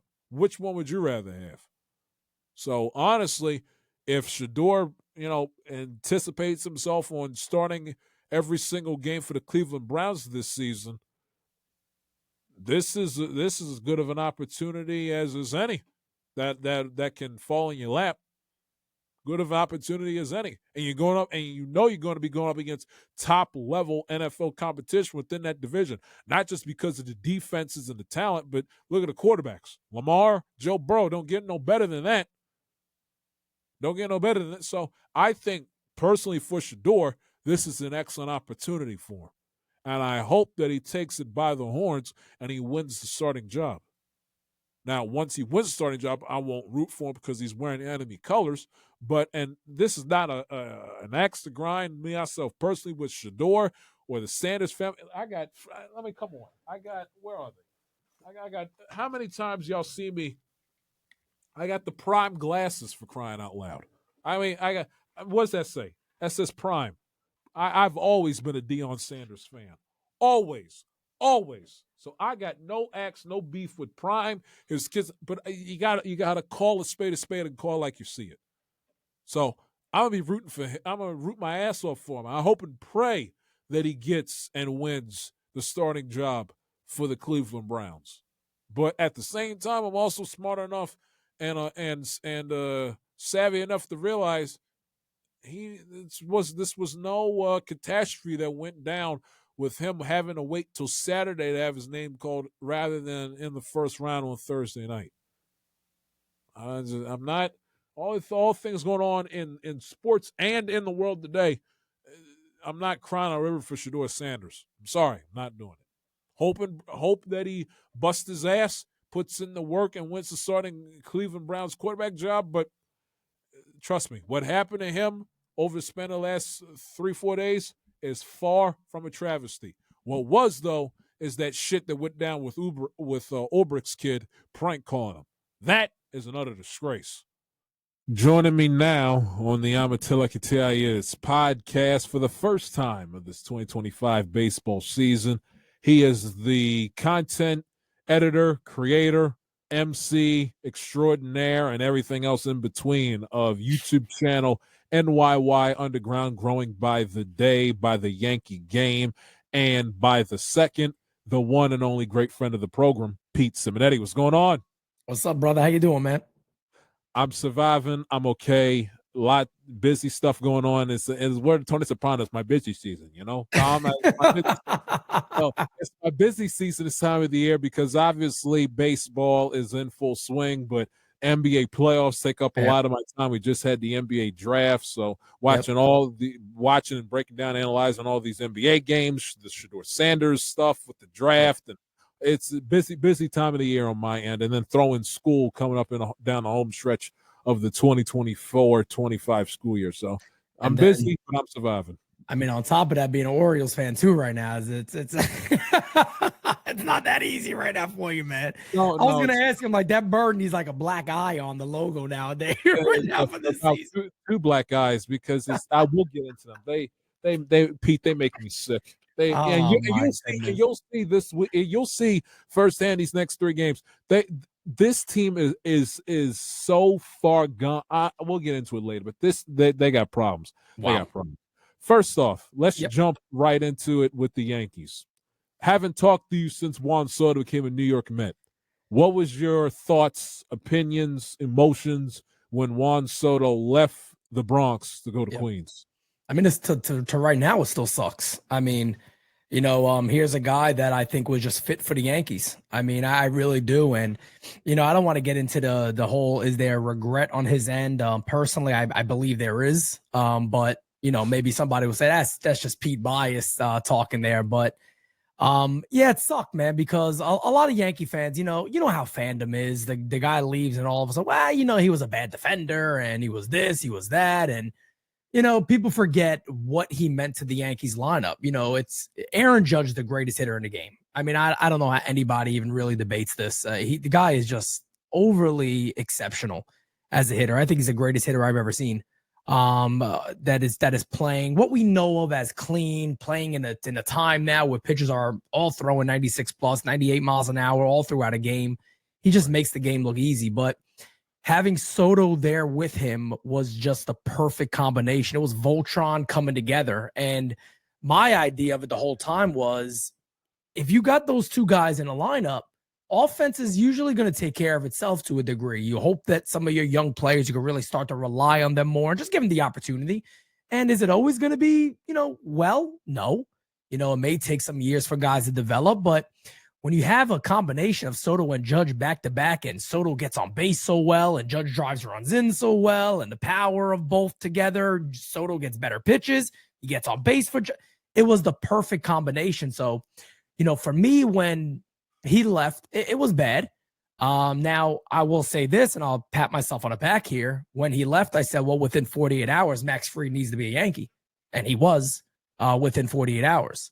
So the Yankees tried to pivot, but you don't really pivot from that. And we're seeing the offense do well. We're seeing, guys like Ben Rice, who's rocking number 22 now, having a breakout year.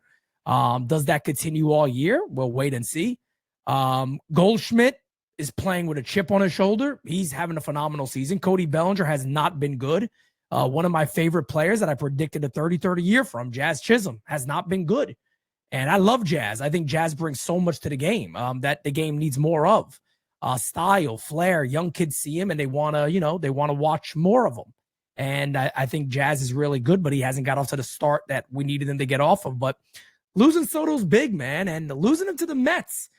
I've never been a guy that's like, I worry about the New York Mets or what are the Mets doing? Oh, they're winning. I never really cared until we play them.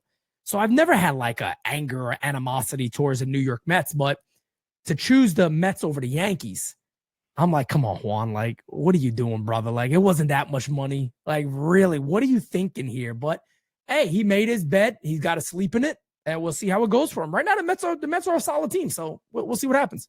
Yeah, it's kind of like, you break it with your girlfriend and she hooks up with your best friend. It's like, right. It's like, what are you doing? What's the matter with you? You had to do that? Yeah. Is he that much better than me, baby? Yeah, yeah, absolutely. Absolutely. Because you talked about Max Fried, which is interesting. Yep. And by the grace of God, we don't have to face him. Not that it'll make any difference anyway, but in his next 3 games, we won't have to face Max Fried coming up this week. The state of the Yankee rotation. You went into the season, you knew Garrett Cole's going to be out.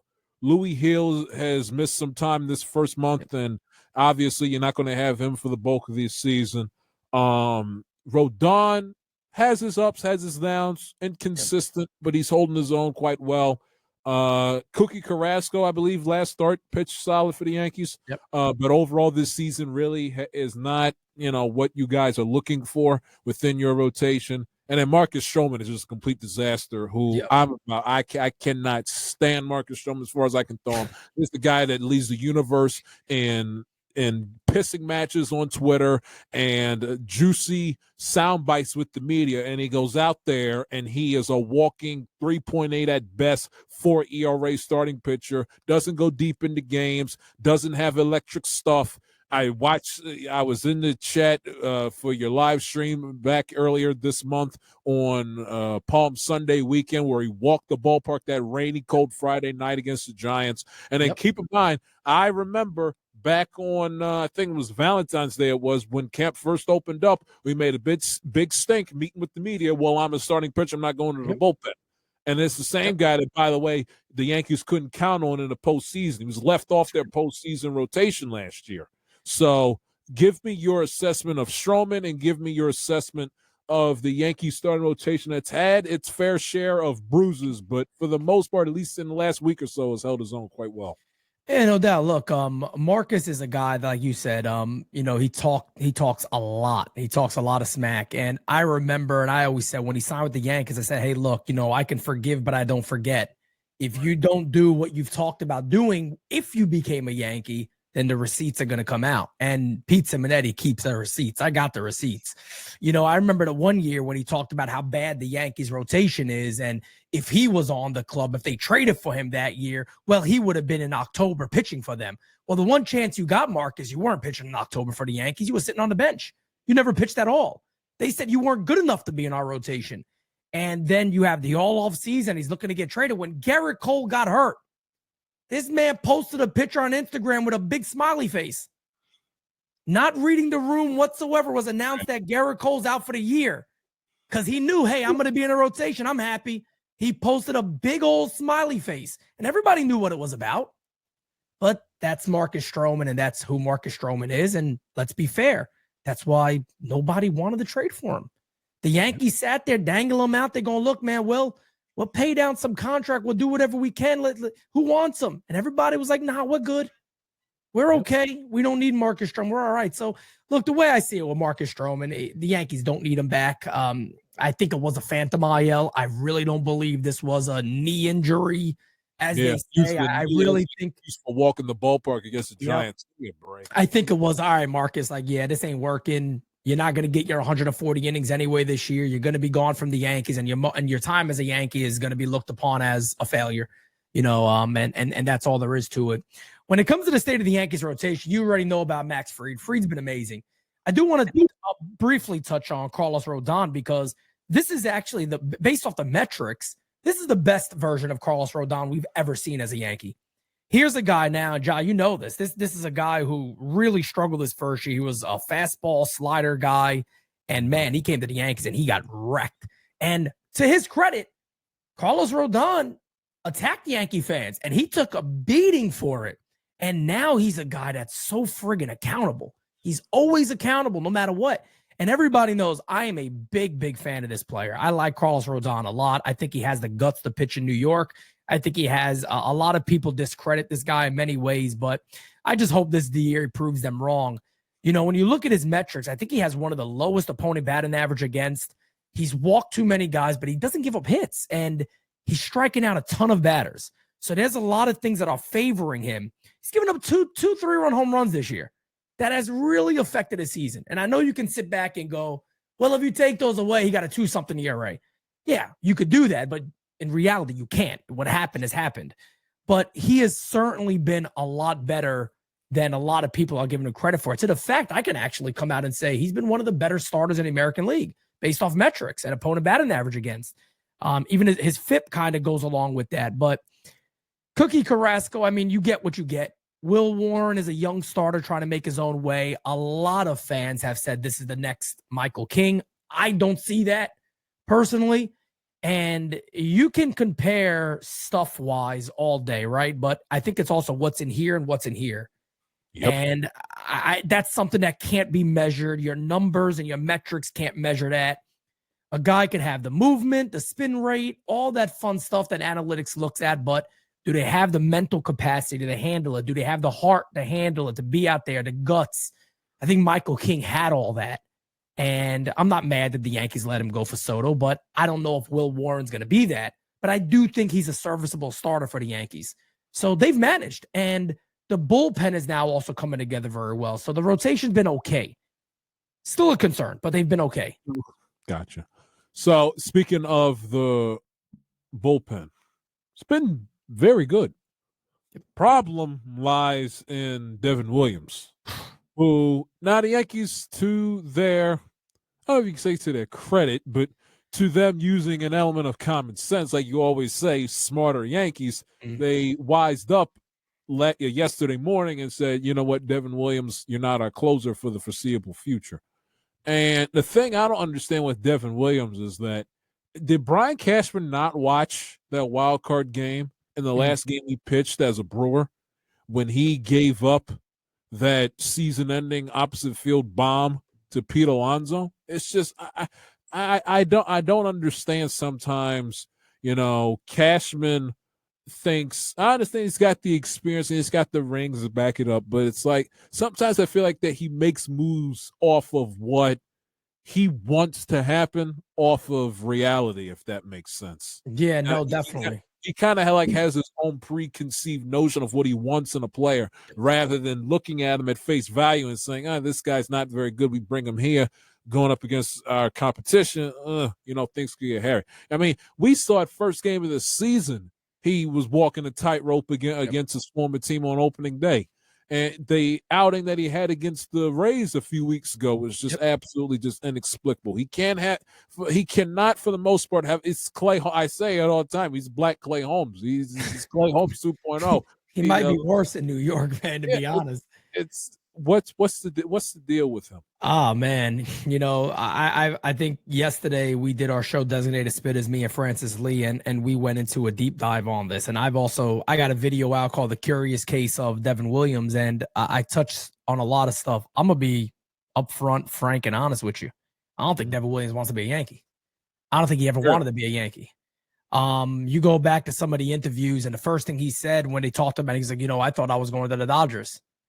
And it was now that you look back, it was kind of telling. The stuff with the beard policy, we gave Aaron Judge some flack, and to the point we even were like, Judge, come on, man. Like you're the captain, you gotta support some of these decisions. And the beard policy, that thing, it was so old school. Like you had to get rid of it. I don't sit here and say, well, it's because of Devin Williams. I don't believe it's because of Devin Williams they got rid of it. I think he was a part of the conversation, and more guys spoke about it. And he might have, mentioned it quite a bit, but there was Aaron Judge came out, and now that I look back on it, I'm like, you know what? I think that was towards Devin Williams, because Devin Williams was one of the guys making a big stink about, I got to shave and all that. And rightfully so, I get it. But there is a tradition with the Yankees, and great players have done it throughout history. And Aaron Judge came out and flat out said, he goes, hey, look, if some guys have an issue with it, maybe they just shouldn't be here. Maybe they don't belong being here. And you very rarely hear Judge say something. I was like, is he just trying to be Mr. Yankee right now? Or was he like, sending a legit message? And the more I think about it, the more I'm like, I kind of feel like he was sending a message to certain players on the team that are like, if it really bothers you, then you don't deserve to be a Yankee anyway. And here's another thing too. When we talk about smarter Yankees, a phrase coined by the NYYST podcast on NYYU, which is so accurate. But one of the things that shocked me, Aaron Boone is, like you just said it, we were talking about this before we were on air, is he's a defender of his players, sometimes to his own fault. Well, you'll sit there and go, Aaron, come on, man. Like now you're a detriment to yourself here. Like you're just digging yourself in a hole because everybody sees it, but you're out there be like, I'll take the arrows all day. No problem. It's just not getting to my players. And you respect that to a degree. Sometimes it bothers me, but other times I'm like, I admire that somebody could do that. And they asked him, and before they asked him this question, he was like, I think Devin's going to be all right. But they then said, do you believe that, maybe there's a possibility you guys take him out of the closer role? And typically Aaron Boone would be very quick to say, no, he's our closer. Aaron Boone said, the game just ended, but it's something we're going to talk about. And I was like, wow, nobody caught that. And I was talking about it in the media. I made a video the next day immediately, and I highlighted that in the video. And I'm like, that is unlike Aaron Boone. He typically will defend and defend and defend. They were very quick to be like, no, we'll discuss this. And then the next morning, he was out. Devin Williams seems very shaky to me. His metrics are horrible. And he had a beat writer go, well, Devin, with the way, some of your metrics look, and he had the nerve to sit there and go, what metrics? And I'd be like, if it was me, you guys, everybody knows me by now. I'd just sit there and said, brother, every one of them. You're pitching. You know this. You guys got iPads right in front of your face in the locker room. All you guys talk about is analytics nowadays. None of yours look good. You can't pull nothing and go, I think he's been a little bit unlucky and it's going to get better. He has nothing on the changeup. He got nothing on the heater. The guy has nothing. Go back and just watch one of his outings. And I remember saying, I talked to a Brewers fan. They said, no, he doesn't look at, because he would still get a lot of swings and misses. I'm like, he can't miss a bat to save his life. The pitches look horrible. He looks horrendous. And, he's always walked guys. That hasn't been an issue, but he's also missed a lot of bats. He ain't missing nothing now. Let me tell you right now, I'd be shocked out my mind if Devin Williams is a Yankee come August. I'll be shocked out my mind if Devin Williams really does bounce back. I just don't. I'm talking bounce back to the 1-something ERA guy's been his whole career. I don't see it as a Yankee. No way. I don't see it. Interesting. And going back to the point with Boone, maybe he learned. I think part of it is that he learned. You think he learned his lesson from the Clay Holmes fiasco last year when y'all were Essentially. you were on your knees. I'll never forget in July, right before the All-Star break, you were begging like, please take him out of the closer, and then he was still the closer. And then remember, and I think this is the loss that going back with hindsight, I think this is the loss that turned the Yankee season around when he gave up that walk-off grand slam to Wyatt Langford like the Wednesday after Labor Day. Oh, I went nuts, man. I remember that. I remember. Man, you just brought back bad memory. I just got agita in my chest thinking about that.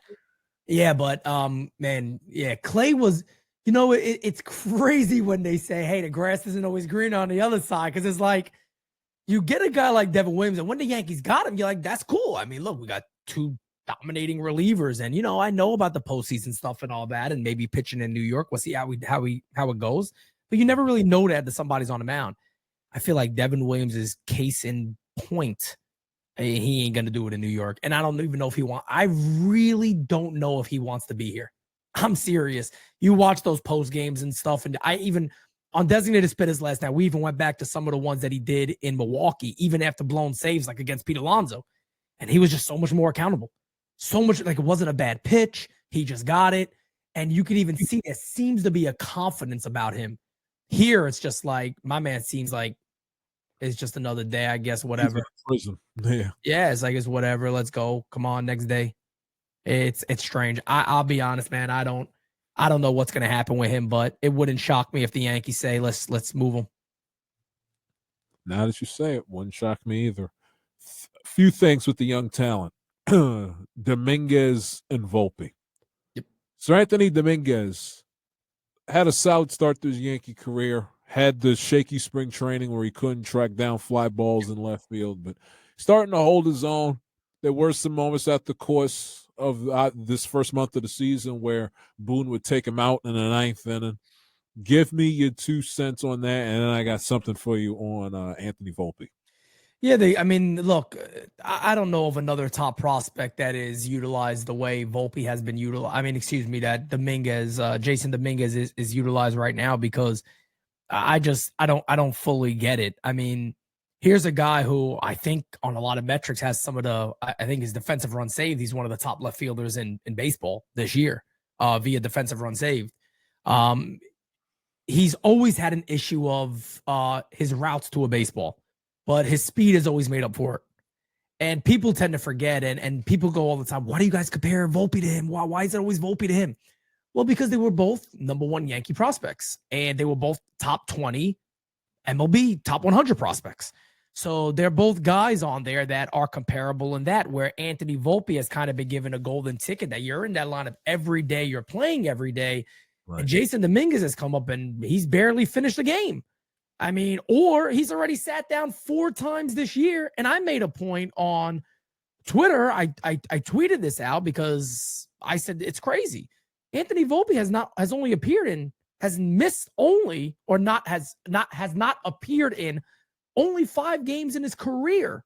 Dominguez has sat 4 games already this year, even against righties when he's hitting above 300 against right-handed hitters.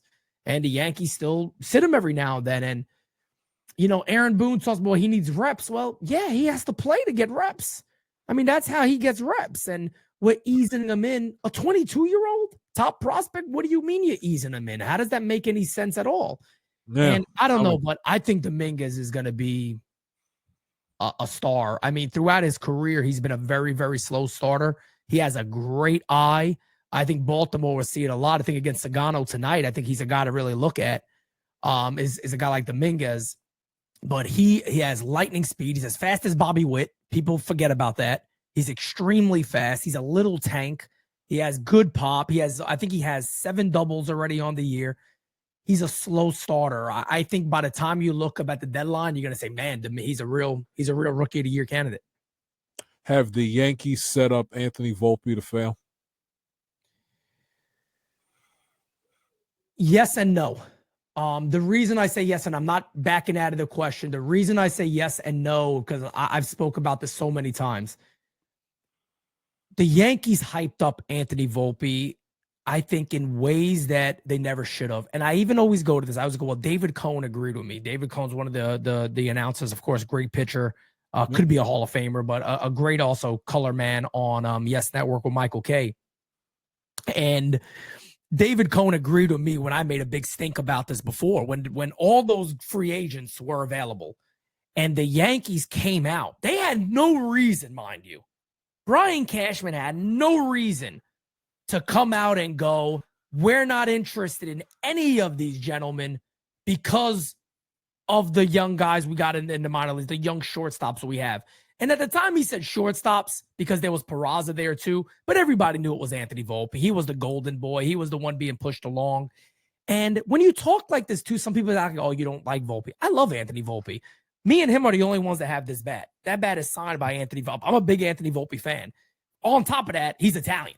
I want to see an Italian represented on the Yankees. I think that's fun to see. He's a New York, he's a Jersey kid. Cute. But the Yankees hyped up Anthony Volpe to be this Derek Jeter-esque type player. Volpe never was hitting regularly 300 in the minors. Did he put up phenomenal numbers? Yeah, he just played ball, though. He did his thing. And they hyped him up like that. They didn't have no reason to tell the fans we're skipping on Correa, on Seager, on all these guys, Trey Turner. We're skipping on all these guys because of Anthony Volpe.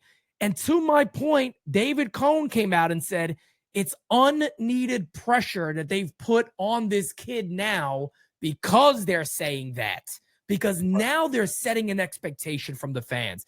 Let me tell you this right now. Volpe's a very good defender.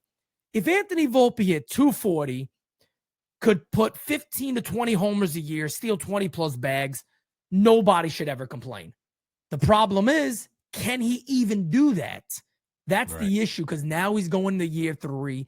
He had a good game yesterday, but that's been Anthony Volpe's career. Had go on a week run, and you go, wow, this kid's looking good. Then he goes on a month where he hits 130. Yep. That's who Anthony Volpe is. So we don't know who Anthony Volpe is yet. What we're getting right now is a letdown. There's no doubt about that.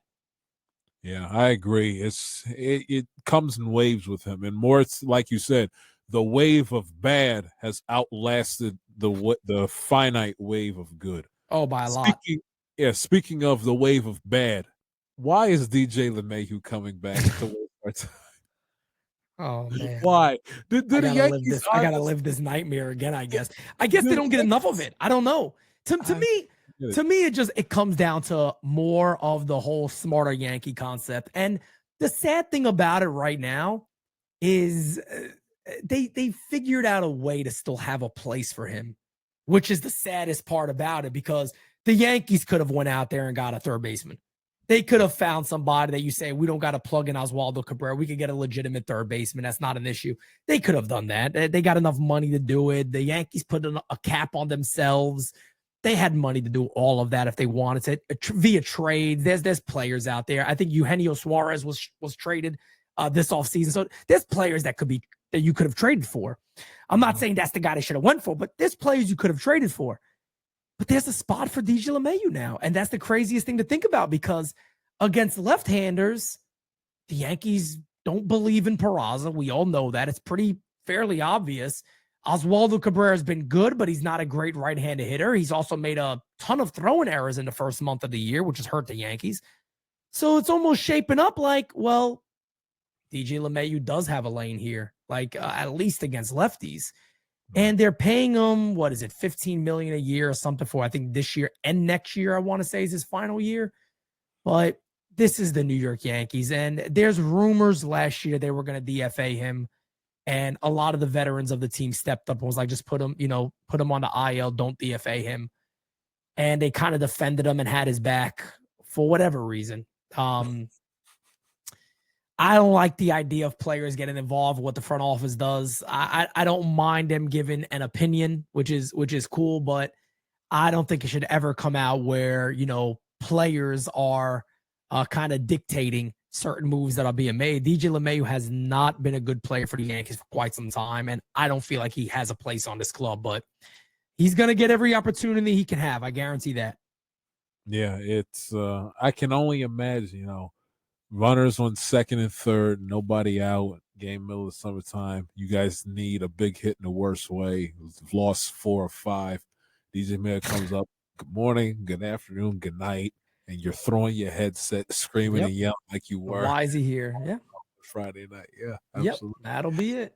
Does the Yankees substandard play against the good teams this year, losing 2 out of 3 to Cleveland, San Francisco, Detroit, Arizona? Is that a place of concern for you, or do you think they're keeping their head above water? They get deeper into the season, they'll snap out of it. I'll be honest, man. The lineup's not amazing right now. And I think that's one of the biggest issues with the Yankees is if they face a good pitcher could eat them alive. Mm-hmm. I mean, that's my concern. Again, I go back to some of the guys struggling. Austin Wells is now coming out of that struggle. And I think Austin Wells he's also been a slow starter, but I think one of his biggest troubles was he was so hot in spring. And a lot of players say that, like, I just want spring to end because I'm hot now. I feel it. And then season begins and it's like, now you're slumping. And now you can see that timing is back and he's starting to drive the ball again. They just have not had the proper production you would expect. I'm going to be real with you, man. You talk about the first month of the year, Cody Bellinger gets an F. Cody Bellinger's been a train wreck. I mean, he's been a mess. Jazz has had the homers, but he's been a mess. I give Jazz, some people may go, you got to give him an F too, right? I give him probably like a D because the homers are there, but Jazz hasn't utilized his speed enough, and he needs to be able to do that. I don't mind Jazz swinging out of his shoes, when it's 0-0 or, no strikes or 1 strike. But when it gets to that 2 strike, you got to use the burners, man. You got speed for a reason. Put the ball in play and let something happen. Like, if you want to swing for the fences, I'm cool with it, but put the ball in play when there's 2 strikes. He's striking out way too much. I mean, at an insane level. Anthony Volpe's been Anthony Volpe. Dominguez has been fairly good. Judge, like I said before, best player on the planet. Rice has been very, very good. And Goldie's been great. But again, you get a guy like Skubal on the mound. He's looking at that lineup going, all right, I really got to focus on Aaron Judge. And then everybody else I could just put away. And it's kind of like a cakewalk. And that's been the problem for the Yankees is they're being attacked by a lot of lefties because Dominguez is a switch hitter, but his splits are terrible this year. 300 plus against righties, lefties coming, he's hitting almost under 100. So, I mean, same Oswaldo Cabrera's, career-wise hasn't been great against right-handers. This year he's doing pretty well. But then again, you got the lefty-lefty matchups. There's a lot of lefties in the lineup. Ben Rice, Bellinger, Jazz, Wells. And they just haven't done what the Yankees need them to do. So I don't know necessarily is that the Yankees aren't standing up to the better competition. I'll just be honest with you. I don't think the offense has been what it's supposed to be yet. Will we ever see it? I don't know. Will these guys ever greatly improve? You got to assume they'll be better than what they've been in April. I mean, I don't think Bellinger's a 180 hitter. I definitely don't think Jazz is a 170 hitter. So I think those guys will be better and the Yankees will do well against stiffer competition. Yeah, I made the point on this show preseason. I said, the Yankees, they're still a good baseball team. You anticipate them making the playoffs, and that's where losing Soto hurts so much because you don't have that left-handed bat there that is a professional hitter that's not afraid to take a walk, work a pitch count. You lose him in having the protection with him in the lineup of Aaron Judge, and you have that, and that stings. Like you said, Jazz has got speed. You can't showcase your speed if you're leading the universe in strikeouts and you're sitting your ass on the bench after 3-4 pitches. It's just not going to work out. Right. With this series coming up against my team, let you take over the interview. You ask me what you think the problems are with the Orioles, and I will give you an answer. Man, I tell you what, I'll be honest with you. I haven't paid much attention at all to like the Orioles numbers on the team, but is there, I guess what I could ask you with the series coming up, is there anybody that's severely underproducing that should be producing like normal? Oh, let me count the ways. Gunnar Henderson, Jackson Holland, basically everybody within the Oriole lineup except for Ramon Arias when he plays once every 5 days and Cedric Mullins. Everybody, Pete, has played like pure D shit. They stink. They stink. You got me looking up Gunner's numbers now because I can't. What is good? What Pete? what's wrong with Gunnar Henderson that he's struggling this year? I think honestly, this team has no killer instinct. Like, oh my goodness, he is. Holy cow! Like when you're a millennial, you grew up watching Gen Xers play baseball. I grew up watching Gen Xers play baseball. You take a look at that generation of pro baseball players, and you compare them to the guys that are there now, the younger millennial and the Gen Z. I think part of this team's problem is that they are too damn soft. They're too soft. There's no fire. There's none of that grit that's within them that gets an attitude or feels a certain way when they're playing like shit. Like I remember growing up watching when millennials were starting, in the late 2000s, 2010s. Like I can recall seeing players go into the dugout and slam their helmet and throw the bats up against the wall and throw a kick shit, raise hell. I don't see anybody with this team. I think part of it is that with, like you said, with here, they don't want it bad enough. I get the feeling that me and all of us Oriole fans, we want it more than the players do because we see them go out there and it's just laissez-faire, lackadaisical. They look like a bunch of sad, depressed, abandoned puppies. Like there's no fight, no heart, no grit. Their at bats are some of the they are so. Imagine having when Jazz has a bad at bat that ends in a disgusting strikeout. Take that and multiply it by like 50, and that's what it is watching this team. Uncompetitive at bats. I'm seeing Ryan Mountcastle. I mean, the guy's got in over 100 games. He's a first baseman. Yeah. In his last 100 games, he has 6 home runs. 6. Wow. 6. He can't. The pitchers get him on that low and away breaking pitch every single time, and he still falls for it. Go ahead? No, I was gonna say, do you think the lack of offseason moves could have contributed to this team's, desire to win this year? Oh yeah, absolutely. They're one of the biggest shocks to me. I kept saying it. I'm like, what are they doing? Like, why is Baltimore? And all you heard about was the new ownership. Well, they're gonna put 75 plus more million into the team, or whatever it was. There was all numbers being thrown around. And look, I liked when they got Sagano. I like Sagano. I think Sagano was a smart move. He's not a guy that's gonna electrify anybody, but I feel like could come to the majors and be an innings eater, maybe have a mid to high 3 ERA. I thought that was a solid move. But I just felt like Baltimore needed to do so much more, man. They kind of just sat back and they just never did anything really. I'm like, wow, that's pretty telling to me. I say proactive instead of reactive. And what they did, they lost Corbin Burns and Tony Santander, my guy, and they sat on their hands. They said, we lost Tony, which I was fine with. I was on record and I said on this show, if you let Santander go, I'm cool with it. But the caveat is that Teoscar Hernandez better be in orange and black next year, and he wasn't. Who'd they get?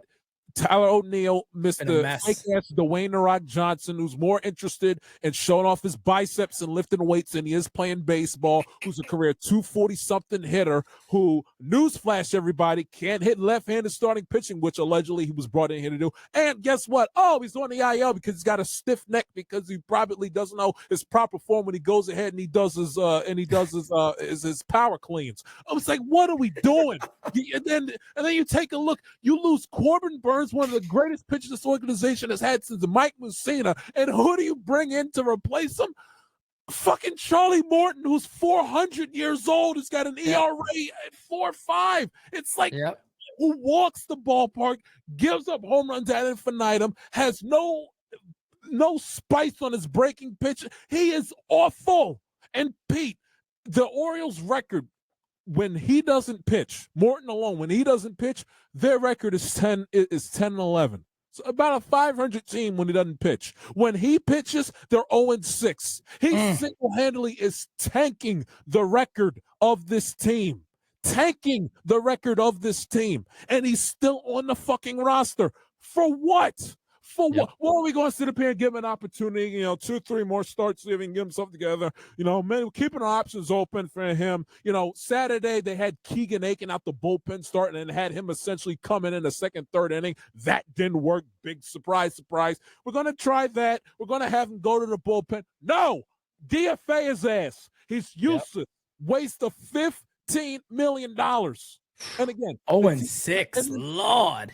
And then this manager of mine. This manager of mine makes Aaron Boone look like Joe Torre. I love it. He is so because you don't hear. I love it because you don't hear that a lot, so it sounds nice actually. No, the only reason why you don't hear this because the Orioles are not under the big microscope that New York Yankees are. If they were under the microscope of the Yankees are, they'd be getting talked about around the baseball world ad infinitum. His lineup cards were just matter of fact. Damn it. We gonna do this. I'm in that kind of mood today. I got time. You will not believe the shitty lineup card he wrote against Tariq Skubal yesterday when they had won exactly one game, Pete, on their road trip. They played 6 games, 3 in DC, 3 in Detroit. They won one game. They're on the verge of getting swept. They go up against the Detroit Tigers in first place with Tariq Skubal on them. This is the lineup that he put out there. This is the lineup. Ramon Laureano, Gunnar Henderson at DH. He can't hit. What the hell are we having him at DH for? Ryan Mountcastle hitting 207. Ramon Arias. Oh my God. Gary Sanchez, who's hitting 100 with an OPS of 300. I mean, you can't make this shit up if you tried. Daniel Carlson, Heston Kjerstad hitting 7th, who can't hit. Jorge Mateo, who's hitting 136, 318 OPS, can't hit, can't field, can't throw, can't steal bases, and somehow, some way, he was the best player on the team yesterday because he had 2 out of the team's 5 hits, with Jackson Holiday hitting 9th. That's the lineup card he wrote. Instead of being telling me, well, we're going to give Cedric Mullins a day off because he played 18 innings yesterday. It's April 27th. Fuck, he need a day off for. He's the best on the team. That's what they do. That's what they do today. And that's like the difference when you talked about the toughness and all that. It's like, no, you got to give guys a rest. And I tell you what, man, you got me even more hype about the series now because if he's running lineups out there like that, that starting rotation for the Yankees might look a little better after the series is done. They're going to feast on him. And you throw a left-handed starter. That's his favorite. Rodon's tomorrow. Oh, you know what that means? That means Jorge Mateo's going to be at second base. We're going to see fucking Gary Sanchez hitting leadoff. It's just. If I see that, I'm done. If I see Gary at leadoff, I'm done. That's it. I'll feel bad for you guys at that point. It's like. Where's the common sense? Where's the competitive? I feel like Chef Ramsay on Hell's Kitchen. Where's the fire? Where's the spirit? Where's the attention to detail? It's like all it takes is a guy that throws the baseball with his left arm for you to put in Jorge Mateo and have Jackson Holiday's ass right on the bench. I mean, he had Jorge Mateo like the second week of the season against Kansas City in center field with Cedric Mullins on the bench when he was second in the American League in RBIs behind Aaron James Judge. What the fuck are we doing, Pete? What are we doing? Wow, well, I'll tell you what you're doing. I can tell you what they're doing right now. They're sitting at the bottom of the AL East. Yeah, and that's what they're doing. And you know what? They get swept at 10 games under. And I tell you something right now. They got to get rid of Hyde.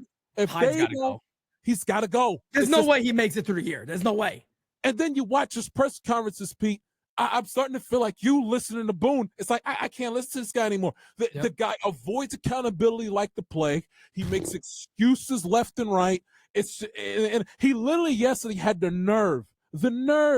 I'll DM it to you once we're finished and you watch it on your own time. He literally had the nerve to sit up there at the press conference after the game. And you honestly look at his face and you can see him borderline about to go into like a full ear-to-ear smile. I mean, the guy, this team is in the shit. This is going to hell in a handbasket. And I got this useless asshole sitting up here smirking. What the fuck is funny? I hate it. Tell me what's funny. Like the worst. As a fan, that's like the worst thing you want to see because you know the situation better than anybody does. You're watching all these games, and he's up there smirking. He said your team is absolutely getting devastated. And then last week against the Nationals, he's sitting up there saying, "Well, I thought we played well. We play like that. We're going to win a lot of baseball games." Pete, they lost a 1-run game to the Washington freaking Nationals, a game that was his fault because instead of bringing in Yennier Canoan to pitch the eighth inning of a tie game, who's he bringing? Gregory Soto, who stinks, and Yennier Canoan hadn't pitched in like damn near a week. Yep. And then throwing the fact, Pete. The Orioles offense that night, I think it was Wednesday night. The Orioles offense, Pete, went 1 for 12 with runners in score position and left a dozen men on base. And he somehow thinks in his twisted mind that that's playing well, and playing like that garbage is going to lead to wins. And see how it's working. He's fucking around. He's finding out right now. It is it's a travesty what has gone down with this team this year. Let me ask you about one more guy. Yeah. Give me your take on Jackson Holiday. What are your thoughts on Jackson Holiday? This is interesting to me because I know a lot of people talk about top prospects and all that, and I'm split. Part of me feels bad for him because, again, Brandon Hyde, the jackass, refuses to let him play and get his wings when there's a lefty on the mound and when I got a stomach. Oh, they kind of do like the Dominguez thing to him then. Yeah. Interesting. I didn't know that. So part of me feels bad for him in that regard.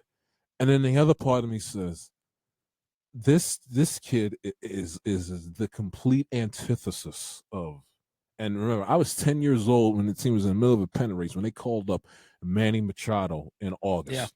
Yeah. Yep. How I saw Manny Machado make this team his own and how I saw him walk into his role for those Orioles teams over 10 years ago is 20 years old. Is completely different than what I've seen from this guy. I because he's not a bust, but I tell you right now, he's closer to going down Bust Boulevard than he is Manny Machado Lane. I put it that way because he has his hot streaks when he get like Volpe, a week, 2 weeks, whatever, he gets to his hot streak. He's the hottest guy on the planet. He'll go 3 for 4 with a double, a homer, and 4 RBIs. And then this is why I say I can't fully pin the blame on him because he'll have a great game one day, and then the following day, next 24 hours, Hyde will put him on the bench for some stupid ass reason. I don't understand that. Part of me feels bad for him and is reserving my judgment. But you got to give me a little bit better than 233 batting average with an OPS of 673. You got to give me better than that. I'm sorry. And like Jazz, you a second baseman, brother. You should not be striking out like your 2019 Chris Davis. That's unacceptable. Completely. Yeah, honest. No doubt. So they're really it's going to be an interesting 3-game set coming up then. Yep.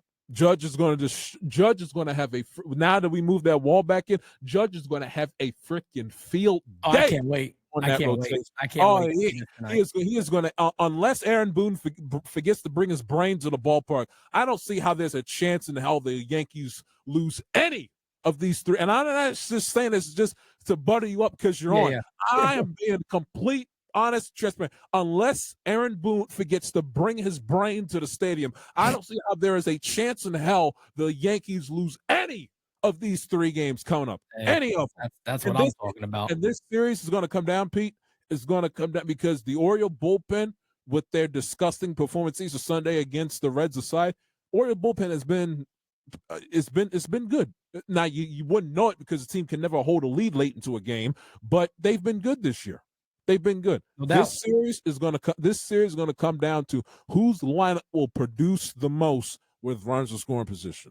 That's what it's going to come down to. Whose lineup shows up more in this series, and who is going to be the alpha dog on my team side that's going to rival Aaron Judge to be the big dog that's going to put the other 8 batters in the lineup coming up. That's what series is going to come down to.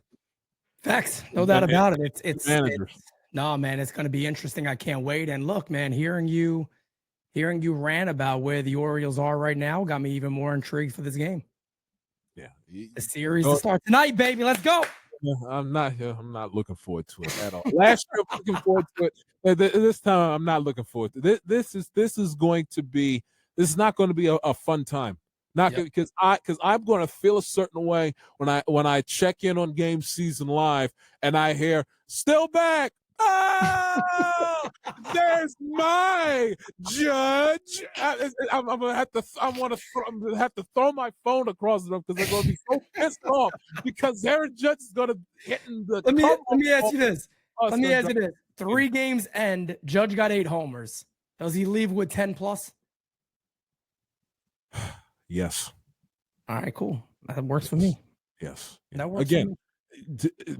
Hope and pray Aaron Boone brings us brain and everything for the Yankees should be a-okay. Aaron Judge could win this series by himself. Jazz can go 0 for 56 in these 3 games. He'd probably win this series by himself.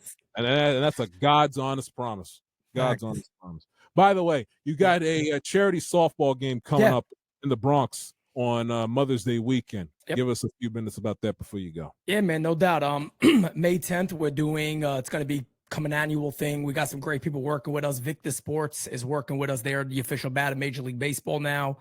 Custom designed bats for that game. We'll be auctioning them off, a couple of them off afterwards. Jordan the Barber, very, very popular name in the Latino community of the Bronx, especially with Hispanic players. Everybody knows Jordan. He's a great, great friend of our channel.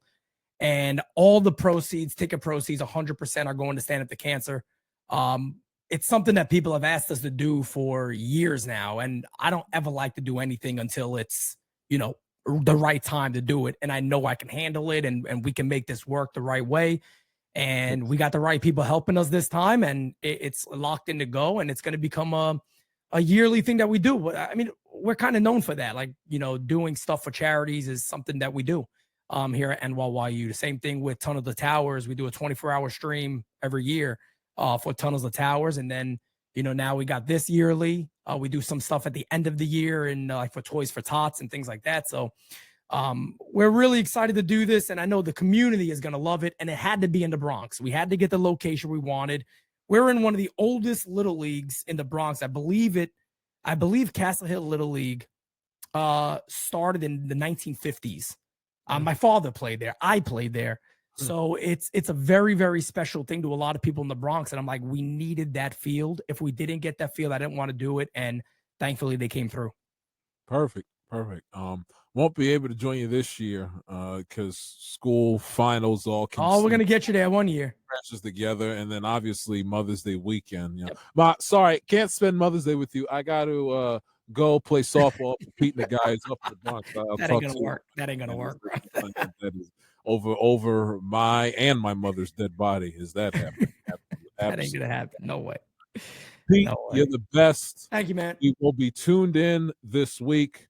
Hopefully the Orioles actually look like a professional baseball team for a change, if nothing else. But we will check back in on you later on this season, my man. Thanks all right. Sounds good, man. I appreciate it. You got it. Thank you. Take care, Pete Simonetti of NYY Underground. Check him out. Follow him on Twitter at Simonetti Source. Follow his channel on Instagram at NYY Underground. And obviously subscribe to his YouTube channel in the description. NYY Underground, New York Yankees Underground, the great Pete Simonetti here on the I'ma Tell Like It T.I. Is podcast. Once again, special thanks to Pete Simonetti for joining us on this Monday installment of the I'ma Tell Like It T.I. Is podcast. If you have not done so already, please don't hesitate. The link will be down in the description. Please subscribe to his YouTube channel if you're a baseball fan and or a New York Yankee fan. Entertaining, informative. Guy is excellent behind the microphone. Does live streams of every single New York Yankee game, and this is somebody that wants to go into play-by-play broadcasting for a living, and how he's able to do it and keep his energy up doing it from his home studio in Richmond, Virginia is just something that I got to tip my cap to the brother. He does an absolutely phenomenal job. Follow him on Twitter, by the way, if you haven't already, at Simonetti Source. Follow me, yours truly, on Twitter, at the J Shield. That's the podcast handle. Follow me on Twitter, Instagram, Threads, at the J Shield. Follow the show on Instagram, at Amatella_podcast, and show on Twitter, at Amatel_it_TI_is. Until Friday, enjoy the NBA playoffs and the baseball this week. We are out.